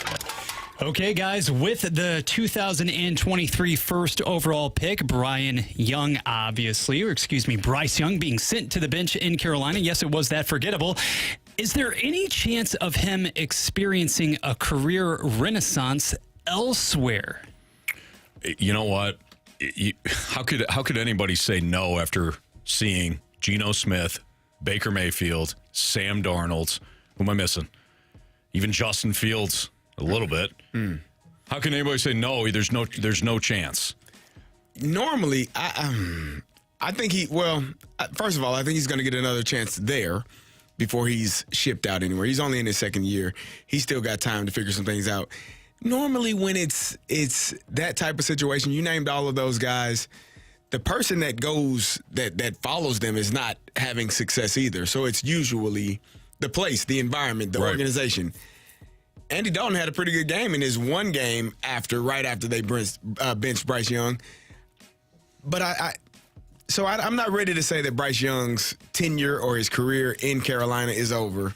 I think he'll get another chance, and hopefully he's surrounded by some people that can help him play football the right way, win games, and just understand offense and defensive philosophies. Just be able to be less nervous or less pressured in the pocket, calmer, and have a better demeanor just sitting back there and being able to pick defenses apart and find his guys. I think it's more about the situation, the culture, than necessarily the talent sometimes. Like Jamarcus Russell didn't really want to play. When he was drafted number 1 overall coming out of LSU, he got paid, but there are plenty of stories about how he was first guy out, last guy in. Didn't he was I don't even know if he was partying as much as he was just like he was at the casinos constantly, and he didn't love football. He got paid and that was it. Talent was there, but he was checked out. Did you hear the report that Jaden Daniels gets to the facility at 4 a.m.? Does he? Good for him. And is there working out, watching film. I like that kid. Before all of the other teammates get. I saw that earlier today. I was like, How are you not inspired by that if you're a teammate of his? Cool. Johnny Manziel, same deal. Like Johnny, for Jamarcus Russell, not for Jaden Daniels. But Johnny Manziel, you saw that if you saw the Netflix documentary on him, talking about how his former agent was like, the Browns sent him the reports of like the tablet from the tablet, whether or not he's watching film, and they said he hasn't logged in. He's watched zero film, and the agent in the documentary is like, well, he's got to watch some film. Zero. Johnny Manziel watched zero film. So if that's the situation with Bryce Young, and I don't think it is, that's different. For him, I think it's culture. Panthers are a bad organization. You don't have the system to marry to what his skill set is. You don't have the talent around him. They don't look good, don't get me wrong. He's been bad. Yeah. But I'm not ready to write him off when I'm watching Sam Darnold do his thing. Makes Kyler Murray look like a Rhodes Scholar. Question number 2. You've been waiting for that one. It's true. Had in the holster. Question 2. You had something. All right, guys. The subject, baseball-wise, of today's program, actually, would it be more beneficial, the 618 asks, for the Cardinals to move Helsley this offseason in the months to come, or wait until the deadline, which would also involve extending him? I don't know. No. Now's the time to do it. If you are going to trade Helsley, now's the time to do it. I have my doubts whether or not Mo is going to get an actual good return from him, but now is the time. If you know you're not going to extend him, and the Cardinals likely are not going to extend him, and I don't necessarily blame them. When you start to pay relievers a bunch of money, you start to get into murky waters. He's a closer, though. I think you're going to get a pretty good return, much more so if you trade him now because it's a full year, as opposed to maybe waiting at the trade deadline. And who knows if the kid gets hurt or something. I'd trade him now. I hate it. You hate him? No, I don't hate him. Oh. I don't hate him. What did he do to you? I hate it. Oh. I hate the fact that they are so slow with making decisions that will impact the team. Like, what? If you're going to trade him... Did you slip into Mo there for a second? The team. No, I just said so slow to make decisions that impact the team. I don't like it. Well, because he's up for arbitration this year, correct? Yes. Going into this season? Yes. So now you got to go in there and tell him how he sucks and he's terrible and you don't like what he does, and he led the team in saves and the league in saves, and he's the best closer in ever, Bob. But you know what? You really aren't that good. We could have done this without you. Let the team down. How many home runs did he hit? And so now you got to go in there and tell him that, right? But you want him to come play hard for you? Yep. Be there every day? Yep. But you got to tell him how terrible he is why you don't think he deserves what he thinks he deserves. Seems like a pretty good system to me. Seems like a dumb decision. Yeah, right. Question number 3. Sticking with the Redbirds, guys, why do you think that a youth movement is possibly a good idea for this franchise, the Cardinals, that is, when the last time that unfolded in the 90s, they flat out sucked? Well, I missed the question. With all due respect, I don't know what the 90s have to do with right now. Well, can you repeat the question? Selective memory, yes. The last that's time. Me. Selective memory. The last time the Cardinals embraced more of a youth movement back in the 90s, why would you do so now when it went so well that many years ago? Many years ago. Sometimes you're forced to. Decades. Because you don't plan properly. Yeah. Plus, here's the thing. Your ownership is not going to spend. So this conversation's kind of moot. I understand what you're saying. You're fearful of it, right? You would rather have them buy a bunch of players. I get that. I'm on board with that. That would be the easier way to go. That you could shortcut things. DeWitt's have a bunch of money. I get it. But they're not going to. So it becomes a moot conversation. You're going to get a youth movement. You're not going to bring in a whole bunch of guys. Ownership has told you. And so in their moves that they're not going to bring in guys. So whether or not we think that or you think that, it's moot. It's not going to happen. The best way get over it. Yeah, the best way for it to go is hopefully how it goes now. Yeah. But you should have been preparing for this. Like you should have been preparing. It's just lack of preparation. You didn't have the foresight to see that this was potentially the route in which you should be going or could be going. You thought you were going to ride the wheels till they fell off on Paul Goldschmidt and Nolan Arenado until they fell off, and the wheels fell off sooner than you thought. Yeah. You didn't saw that coming. Who would have thunk it, huh? Nah. Me, you, yeah. It's also a mute point, one of my very favorite exchanges with Blaine Gabbert from over a decade ago. He said mute? Yes. He said mute point. Awesome. Not a gratuitous shot. It was hilarious, though, in the moment. It's mute. Silent. Hit pause. Yeah. No volume. Oh, were they in the SEC then or Big 12? Hey, it doesn't matter. Question number 4. It probably does. Question number 4. Guys. Like Wonder Kid. You have to add that second in. It's hard, right? Wonder Kid. It's hard. No more spelling questions, by the way, for random, ever. No. I can't take it. All right, guys, can South Carolina somehow maybe get it done or at least play with Alabama, or was that just a one-off defeat against Vandy? I think you had a better shot before they lost to Vandy than what you do now. You're going to get Alabama's absolute best. The problem with South Carolina, like their defense, I think is pretty good. Mm-hmm. I don't know how you're going to move the ball, though. Even against Bama, that's hemorrhaged yards and points. Like I don't trust South Carolina's offense to get it done. Their defense, I think, could give them some headaches.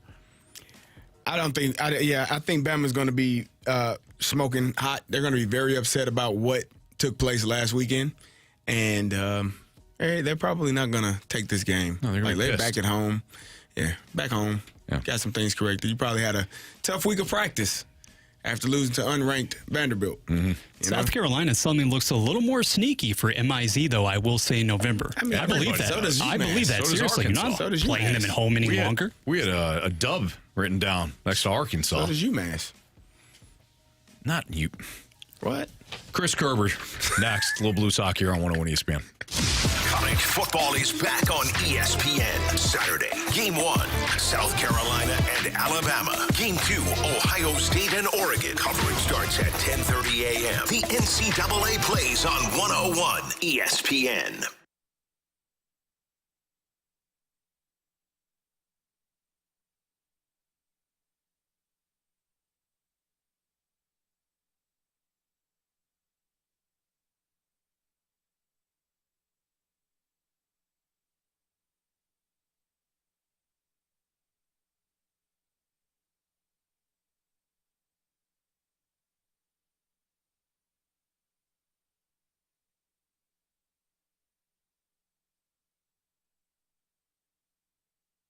Everywhere you look, things are getting more.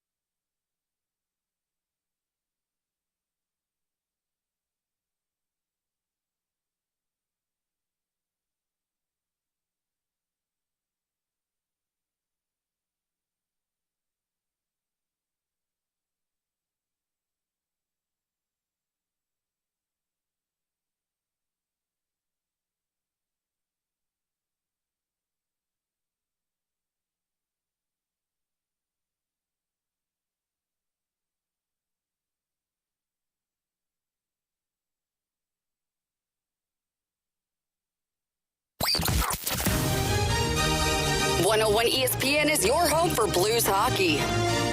Check out either the 101 mobile app or 101ESPN.com for your chance to win a signed puck autographed by Blues forward Robert Thomas. Thomas moves it in, shoots, score! Get entered to win that Robert Thomas signed puck right now, either at 101ESPN.com or on your 101 mobile app. You're in the fast lane on 101 ESPN, driven by Scrap Mart Metals Recycling. It's the Fast Lane on 101 ESPN with Carey Davis. I'm Anthony Stalter. Tonight, you'll hear Chris Kerber and Jamie Rivers as they call the Blues and Sharks game right here on the Blues Radio Network. Joining us via the 101 ESPN Celebrity Line is our guy, Chris Kerber. What's up, Kerbs? Anthony, how are you? Well, we're doing good, especially after the dub. Now, the SAP Center, or the SAP Center, bit of an issue for the Blues last year. So have you gone around the rink and kind of exercised the demons for the Blues ahead of tonight's game? Yeah, you know what? I haven't done that, but I looked at the numbers, and there are just some things that are just crazy about it, right? The Blues go 0-2-1 against San Jose last year.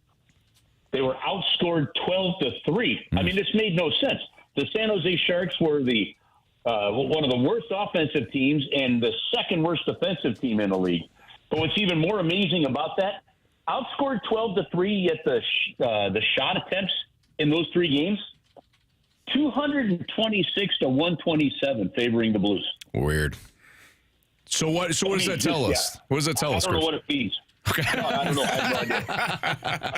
I have, listen, I wish I had a better answer for you. I legitimately have no idea what that means other than we weren't good against San Jose and we need to be a lot better. Yeah, fair. Yeah, you were kind of hoping you'd just throw that out there and then maybe Carey and I could provide something. No, I think, listen, it's head-scratching. I mean, honestly, it's head-scratching last year how bad the Blues were, not just against San Jose, but the games against Columbus and some against Chicago and the bottom feeders. Now, this is a different San Jose team this year. As you guys know, they had the first overall pick. So they took Macklin Celebrini, who is a 6-foot center, was the first overall pick. He had 64 points in 38 games at Boston University. He's going to be centering their top line tonight. And then the fourth overall pick from a year ago is Will Smith, who's from Boston and played at Boston College, Macklin's rival, right? And he'll be centering their second line. So there's an 18-year-old centering the first line, a 19-year-old centering their second line. We're seeing the future of the San Jose Sharks make their NHL debut tonight. Curbs, Jordan Carey got off to a really good start. First game, couple of goals. One of those where he felt like he pressured the defenseman into a bad pass and took off, and Texier was able to get the assist. What did you see from him in game one that gives you hope for potentially continuing that type of effort? Well, you know what, Carey? It's only one game. So what we'll get excited about with Jordan Carey is if we see it over 10 games. Mm-hmm. If we see what we saw in the last 6 weeks of the season from him to start the year, then you know you really get something exciting. I mean, yes, you've got to be happy that he got 2 goals in the game. Last year didn't score his second goal of the season until game number 10. You've got to be happy that you could see his speed was clearly impactful in that game. You got to be happy that you saw some real good plays on the defensive side of the puck as well. It looked like a pretty effective line with Buchnevich in the middle and Texier on the left. I thought Texier had a really good game as well. But the one thing for Jordan Carey at this point in time in his career now is, do you see the consistency from one game to the next? The consistency over a spell of 10, 15 games. And you're not going to always get goals. You're not going to see mistake-free hockey because they're going to be playing against the other team's top lines. You are going to have some ups and you are going to have some downs. But do those down are the amount of time you see the downs a lot less than you've seen before? And do you see much more consistency? Then you know you've really taken that next step. But without a doubt, it was a very, very good start for him in that sense. Chris Kerber joins us right now on the Fast Line on 101 ESPN. Some of the new guys really stepped up. Curbs, what were your first impressions of guys like Broberg? You know what? There were a couple of plays that stood out in my mind with Broberg, Anthony. And when he got thinned along the boards, one, you could see the effectiveness of his size because he won the puck battles. Two, in some small spaces, he was able to get the puck up off the glass and out of the zone.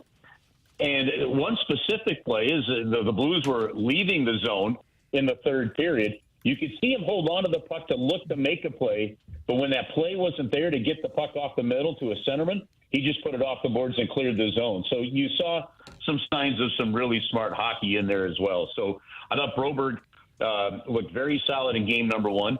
You clearly saw the speed of Dylan Holloway and the effectiveness there, his willingness to drive the net.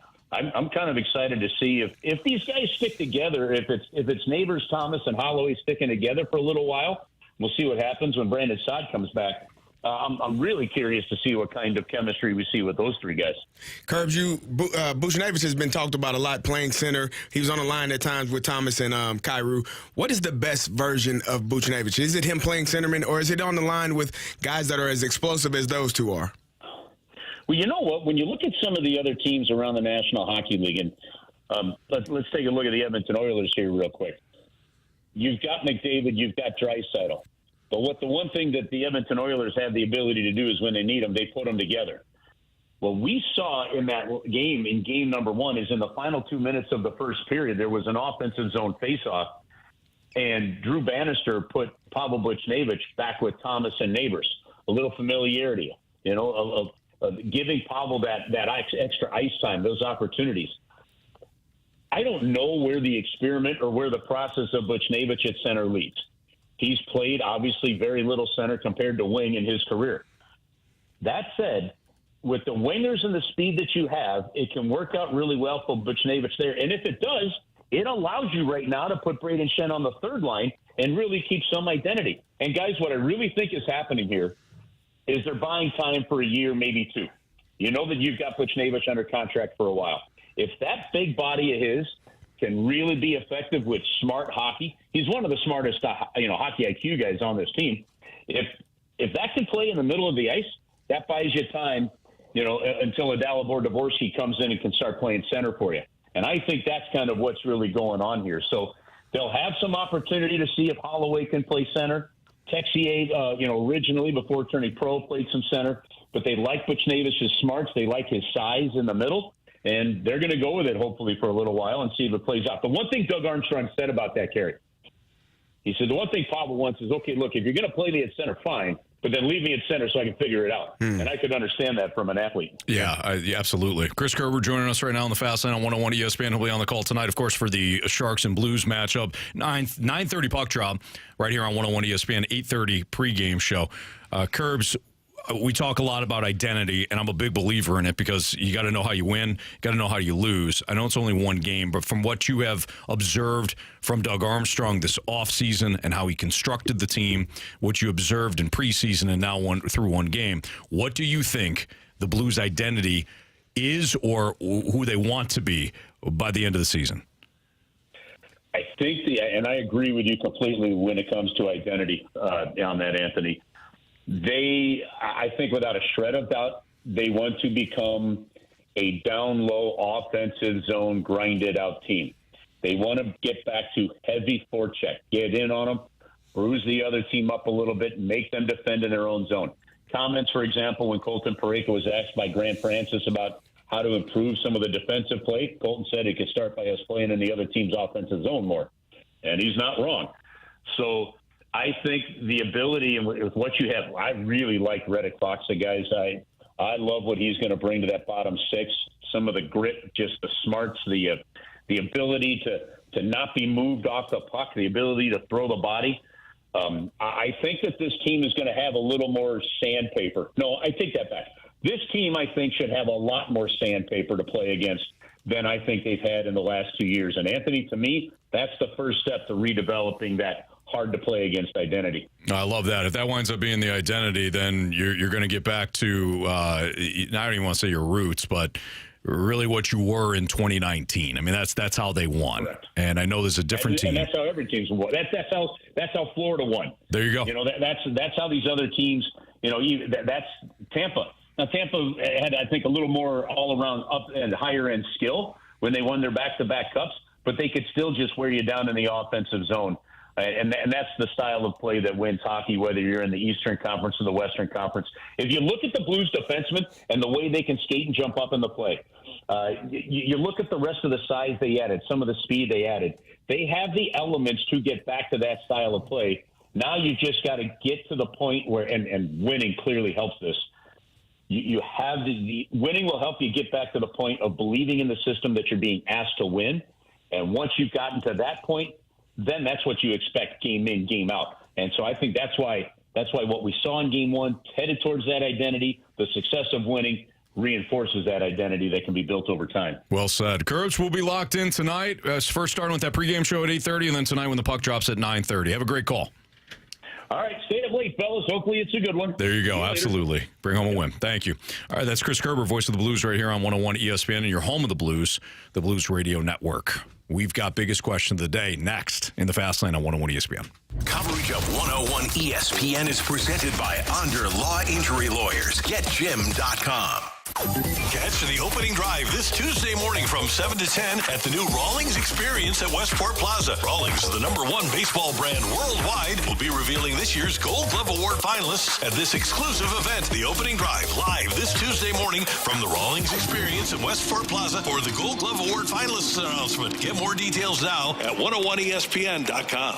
Love heading down to the Missouri Athletic Club. 2 excellent clubhouses, but 1 great clubhouse overall. The MAC, when it comes to just me as an individual, yeah, it's fun to work out and, meet people that I've come to know over the years, or, maybe use the prep center, take advantage of some of the great food that they have. I've partaken in with the lunch buffets, man. It's incredible. But much more than that, from a family standpoint, whether it's the West Clubhouse and the pool and some of the various clubs that they have for kids, summer camps, different options when it comes to events like, trunk or treat or, meeting Santa or whatever. The family aspect of the Missouri Athletic Club is really what draws me to the club big time. That's my MAC, Missouri Athletic Club.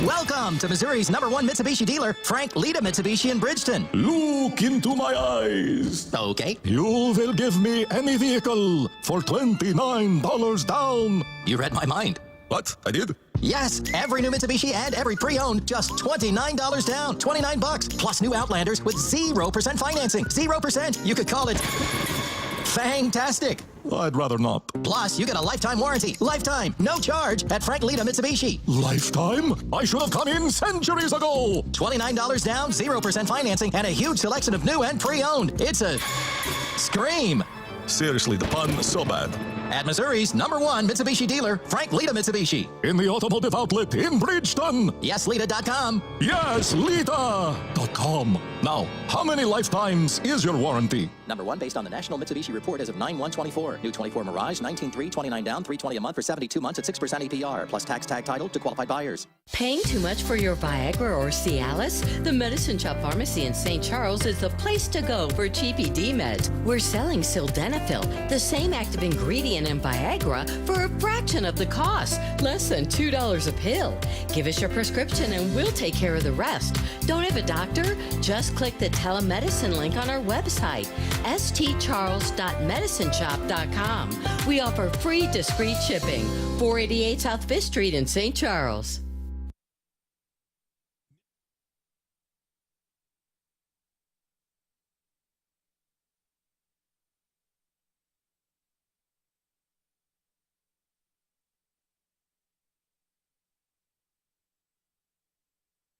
Be a part of the show.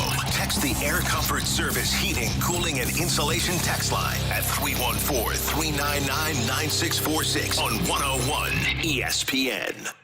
101 ESPN Sports Center. Blues try to shoot down Sharks. I'm Bradford Bruns with your Sports Center update powered by Saliga Heating and Cooling. 4 hours from now, St. Louis visits San Jose on 101 ESPN. The Note knocked off Seattle in Tuesday's season opener. Jordan Kyrou potted 2 tallies then. Tonight, Joel Hoferman's goal. He will face number 1 overall pick Macklin Celebrini, making that much anticipated NHL debut. Right now, ALDS baseball, Cleveland already paces Detroit 1-0. Kansas City opposes New York. Later, the Sports Center update was brought to you by Saliga Heating and Cooling, an independent American Standard heating and air conditioning dealer. You're in the Fast Lane, coming to you live from the Car Shield studio on 101 ESPN. It's time for the Fast Lane's biggest question of the day. All right, time for the biggest question of the day here in the Fast Lane on 101 ESPN. Carey Davis, Anthony Stalter, Bradford Bruns. What do you got? Carey, Anthony, the Guardians and Tigers, they're obviously underway now in the second inning. That kicks off today's postseason slate. KC, Michael Wacha, Garrett Cole, and the Yankees to follow. And then tomorrow brings us the Dodgers and Padres. Winner take all at Game 5. I ask, which of these matchups holds the most intrigue to you right now in the moment? Not projecting who can move forward, but which of these individual games is the most appealing to you? Same. Yankees-Royals. What? Yeah. I'm so disappointed in you. We just talked about it earlier, the Dodgers and Padres. That's not the one? Oh. Come on. I was going to say today. same time. I was thinking today. Just today. Oh, just today. I mean, if you have to push it to tomorrow. Well, it's only 2 games today. Hey. That's what I thought. I thought it was just today. I wasn't listening. I thought I wasn't. I talked for too long. I mean, look, if we're including tomorrow, then obviously it's Game 5. Yeah, it's Game 5 tomorrow. But today, it's Royals. Yeah, I actually think both favorites win today. Are the Guardians the team that's up 1-0? Yeah, yes. 1-0. So I like the Guardians today because of the pitching matchup. It's Tanner Beebe versus Reese Olson, and Beebe's pitching on 4 days rest, but he was the one that shut out the Tigers in the first game. So I like the Guardians in this one based on the pitching. And look, Garrett Cole versus Michael Wacha. Michael Wacha has been very good, don't get me wrong, but if you're going to give me Cole or Wacha, I'm going to take Cole every time. So yeah. I think the Yankees win. I think the Guardians win. And I hope that the Padres win tomorrow, and I think they do. To me, on paper, the one with a little more pizzazz, honestly, I do think it is New York, not just because of the market and Kansas City. And here's why. I'm interested to see, after the blow that was levied yesterday, will Kansas City be able to get off of the mat in Game 4 at home? And you know who's been suspiciously quiet in this postseason? A lot of ink has been dedicated to, well, Aaron Judge only has one base knock to this point. Look at Giancarlo Stanton last night. He's homering. He's going oppo. He's carrying the attack right now. For Kansas City, if you have any prayer tonight of competing, let alone winning, we know that Wacha has to be much better on the mound. Neither Wacha nor Cole was that great last Saturday. But Bobby Witt Jr., where has he been? He's been deathly quiet. He is 1 of 13 in this series. And if Kansas City, again, has any prayer whatsoever, it can't just be Salvador Perez. It can't be the supporting cast there. Your best players must manifest themselves on the biggest stage in October. Witt has to be that guy. Yeah, I agree with that. I actually thought the Royals missed an opportunity, too, last night when they had Bobby Witt at first base and Salvador Perez at the dish. It was 2 outs. Perez wound up hitting one up the middle to make it 1st and 3rd. I know Bobby Witt's got a lot of speed. If Perez hits one to the gap, it's going to be a tie game. It's going to be 3-3. Yeah. But not getting him in motion at that point, I thought it was a huge miss. I thought it was a missed opportunity. If he swipes the bag, he's in scoring position. He scores with Perez's single, or maybe he scores if you get him in motion. So if you don't steal, maybe you just get him in motion. That's all you have to do. And he probably scores. So, anyways, I thought that was a missed opportunity. But you're right. We saw this with Francisco Lindor. Lindor has stepped up. Pete Alonso has stepped up. For the Tigers, it's been a mismatch of everybody, right? Like everybody's done well. Yankees, though, they're big boppers. It was Stanton's night last night. Maybe it's Soto's night tonight, or Judge. But, yeah, you're right, Bradford. I mean, your dude's got to be your dudes. It's what we talk all the time about the Cardinals. And, Carey, I go back to just looking at the overall picture here for New York, trying to close it out. And I do think this is the evening also when Aaron Boone, he leaves nothing to chance. You signed Garrett Cole to that mammoth contract for tonight for this reason. We're not talking about a 5-inning stint, a 6-inning start, anything like that. He needs to go 7+ and basically put it in the can for New York. This is a team, make no mistake about it, whether you think that Aaron Boone must make the ALCS or perhaps even the series to continue his stint there in New York, the fact of the matter is that the Yanks haven't won a game in the ALCS since 2019. They were swept in their last appearance by Houston. In the postseason scheme of things, they've been irrelevant for almost 5 years. Does it end here? I think it does. I mean, to me, you talked about Juan Soto, you talked about Aaron Judge, Giancarlo Stanton getting his last night. Like, this is, to me, they have too much. Like, and even if it's just those three batters, like, those three batters are enough. Like, you want the other guys to come to the party and show up. But like you said, you brought in, you got Garrett Cole, you paid him this amount of money for these moments. Like, this is why players get paid X number of dollars.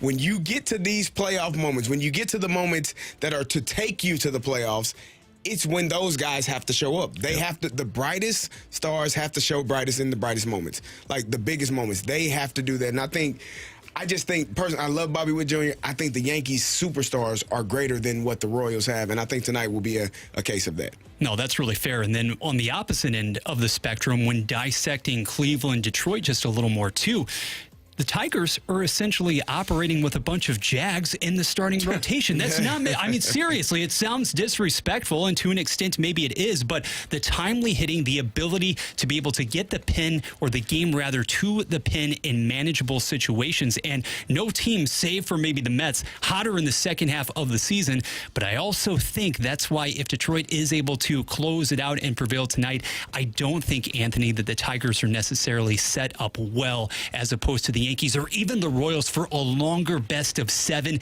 in the ALCS, because sooner or later that bill comes due, no pun intended, when it comes to that pitching. They are team grit. They are team we will do what we have to do. They've shut out Cleveland the last two games. And I believe Skubal pitched game 2, I think. So yeah, I think so. It's been we were in here watching it. It's been Skubal and that's it, right? Yeah, he did. He was game 2 in Cleveland.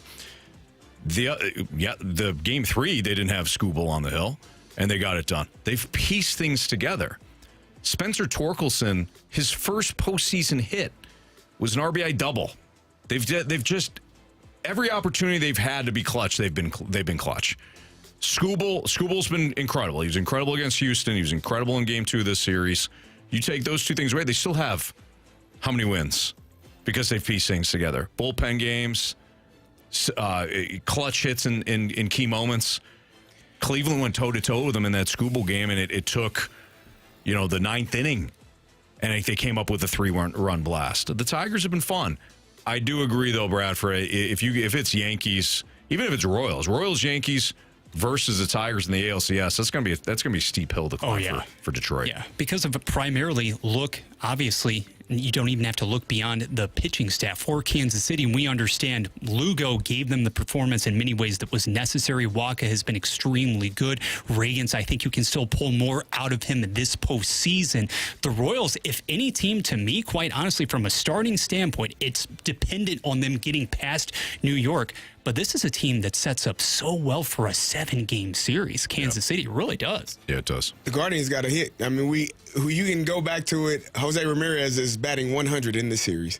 Like, Andres Jimenez is batting 091. Like, those are your 2 top leading hitters throughout the entire season. They gotta show up. Yeah. People get so the manager man, listen. Yeah, your players have to play. That's it. That's all. There is nothing that a manager, a coach, a pitching coach, a hitting coach, if you don't show up in the brightest moments, you're going to go home. Yep. And that's what it boils down to. And that's why players get paid obscene amounts of money, because they are expected to show up in those moments. Agreed. That's it. Yep. Got to get it done. All right, it's Fastlane on 101 ESPN. We're here to get it done next. We got Bet the Board. We've got 3 stars of the day. We got criticisms, compliments. That's all next here on 101 ESPN. This is Philip Broberg, and today is Blues Game Day on 101 ESPN. Blues Game Day is presented by Buffalo Wild Wings, the ultimate arena for wings and wins.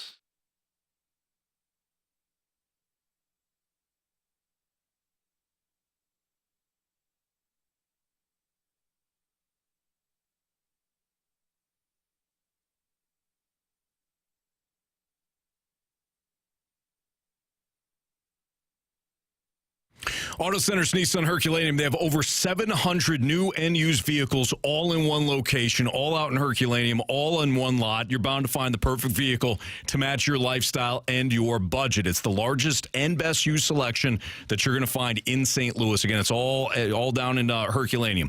When it comes to Auto Centers Nissan's deals, too, they've got their Fall into Savings event. It was extended throughout the month of October, so they had it in September. They brought it back for October. Low finance rates available right now. Talking about a 0% APR on Pathfinders, Rogues, and Altimas, 0.9% APR for 60 months on Frontier. They have low lease payment options like $329 per month on 2024 Rogues, too. You're going to find a vehicle there, I'm telling you. In addition, they've got financing specials on select new inventory, like no payments for 3 months or no money down. Give your bank account a little bit of a break, or give your wallet a bit of a break. New Nissans and select used come with their complimentary lifetime warranty. New Nissans come with their 30-day return promise and complimentary Nissan maintenance plan. You can make car buying fun again with Wiggity and the gang out in Herculaneum. Don't forget to check them out online at autocentersnissan.com. It's Auto Centers Nissan Herculaneum.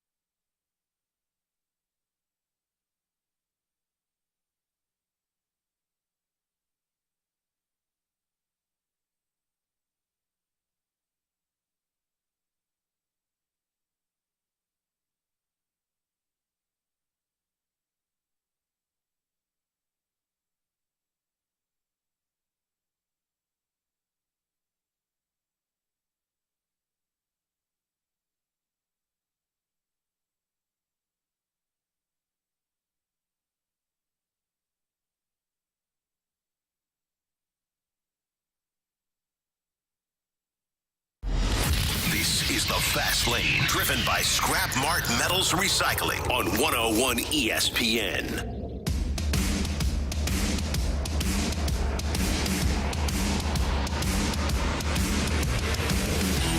If you missed anything from today's show, you can always download the podcast, available at 101 ESPN or on your 101 ESPN mobile app. It's all brought to you by South Star and Auto Centers. Time to bet the board. We know, Carey, that unfortunately you took the L last night. Jamie ridiculed me for taking the Rangers over the Penguins, called it a quote unquote stupid pick by a stupid man. I don't think he said that. The Rangers won 6-0. So notice how Jamie didn't say anything today. Yeah. So well, he's not here to say anything right now. Nah.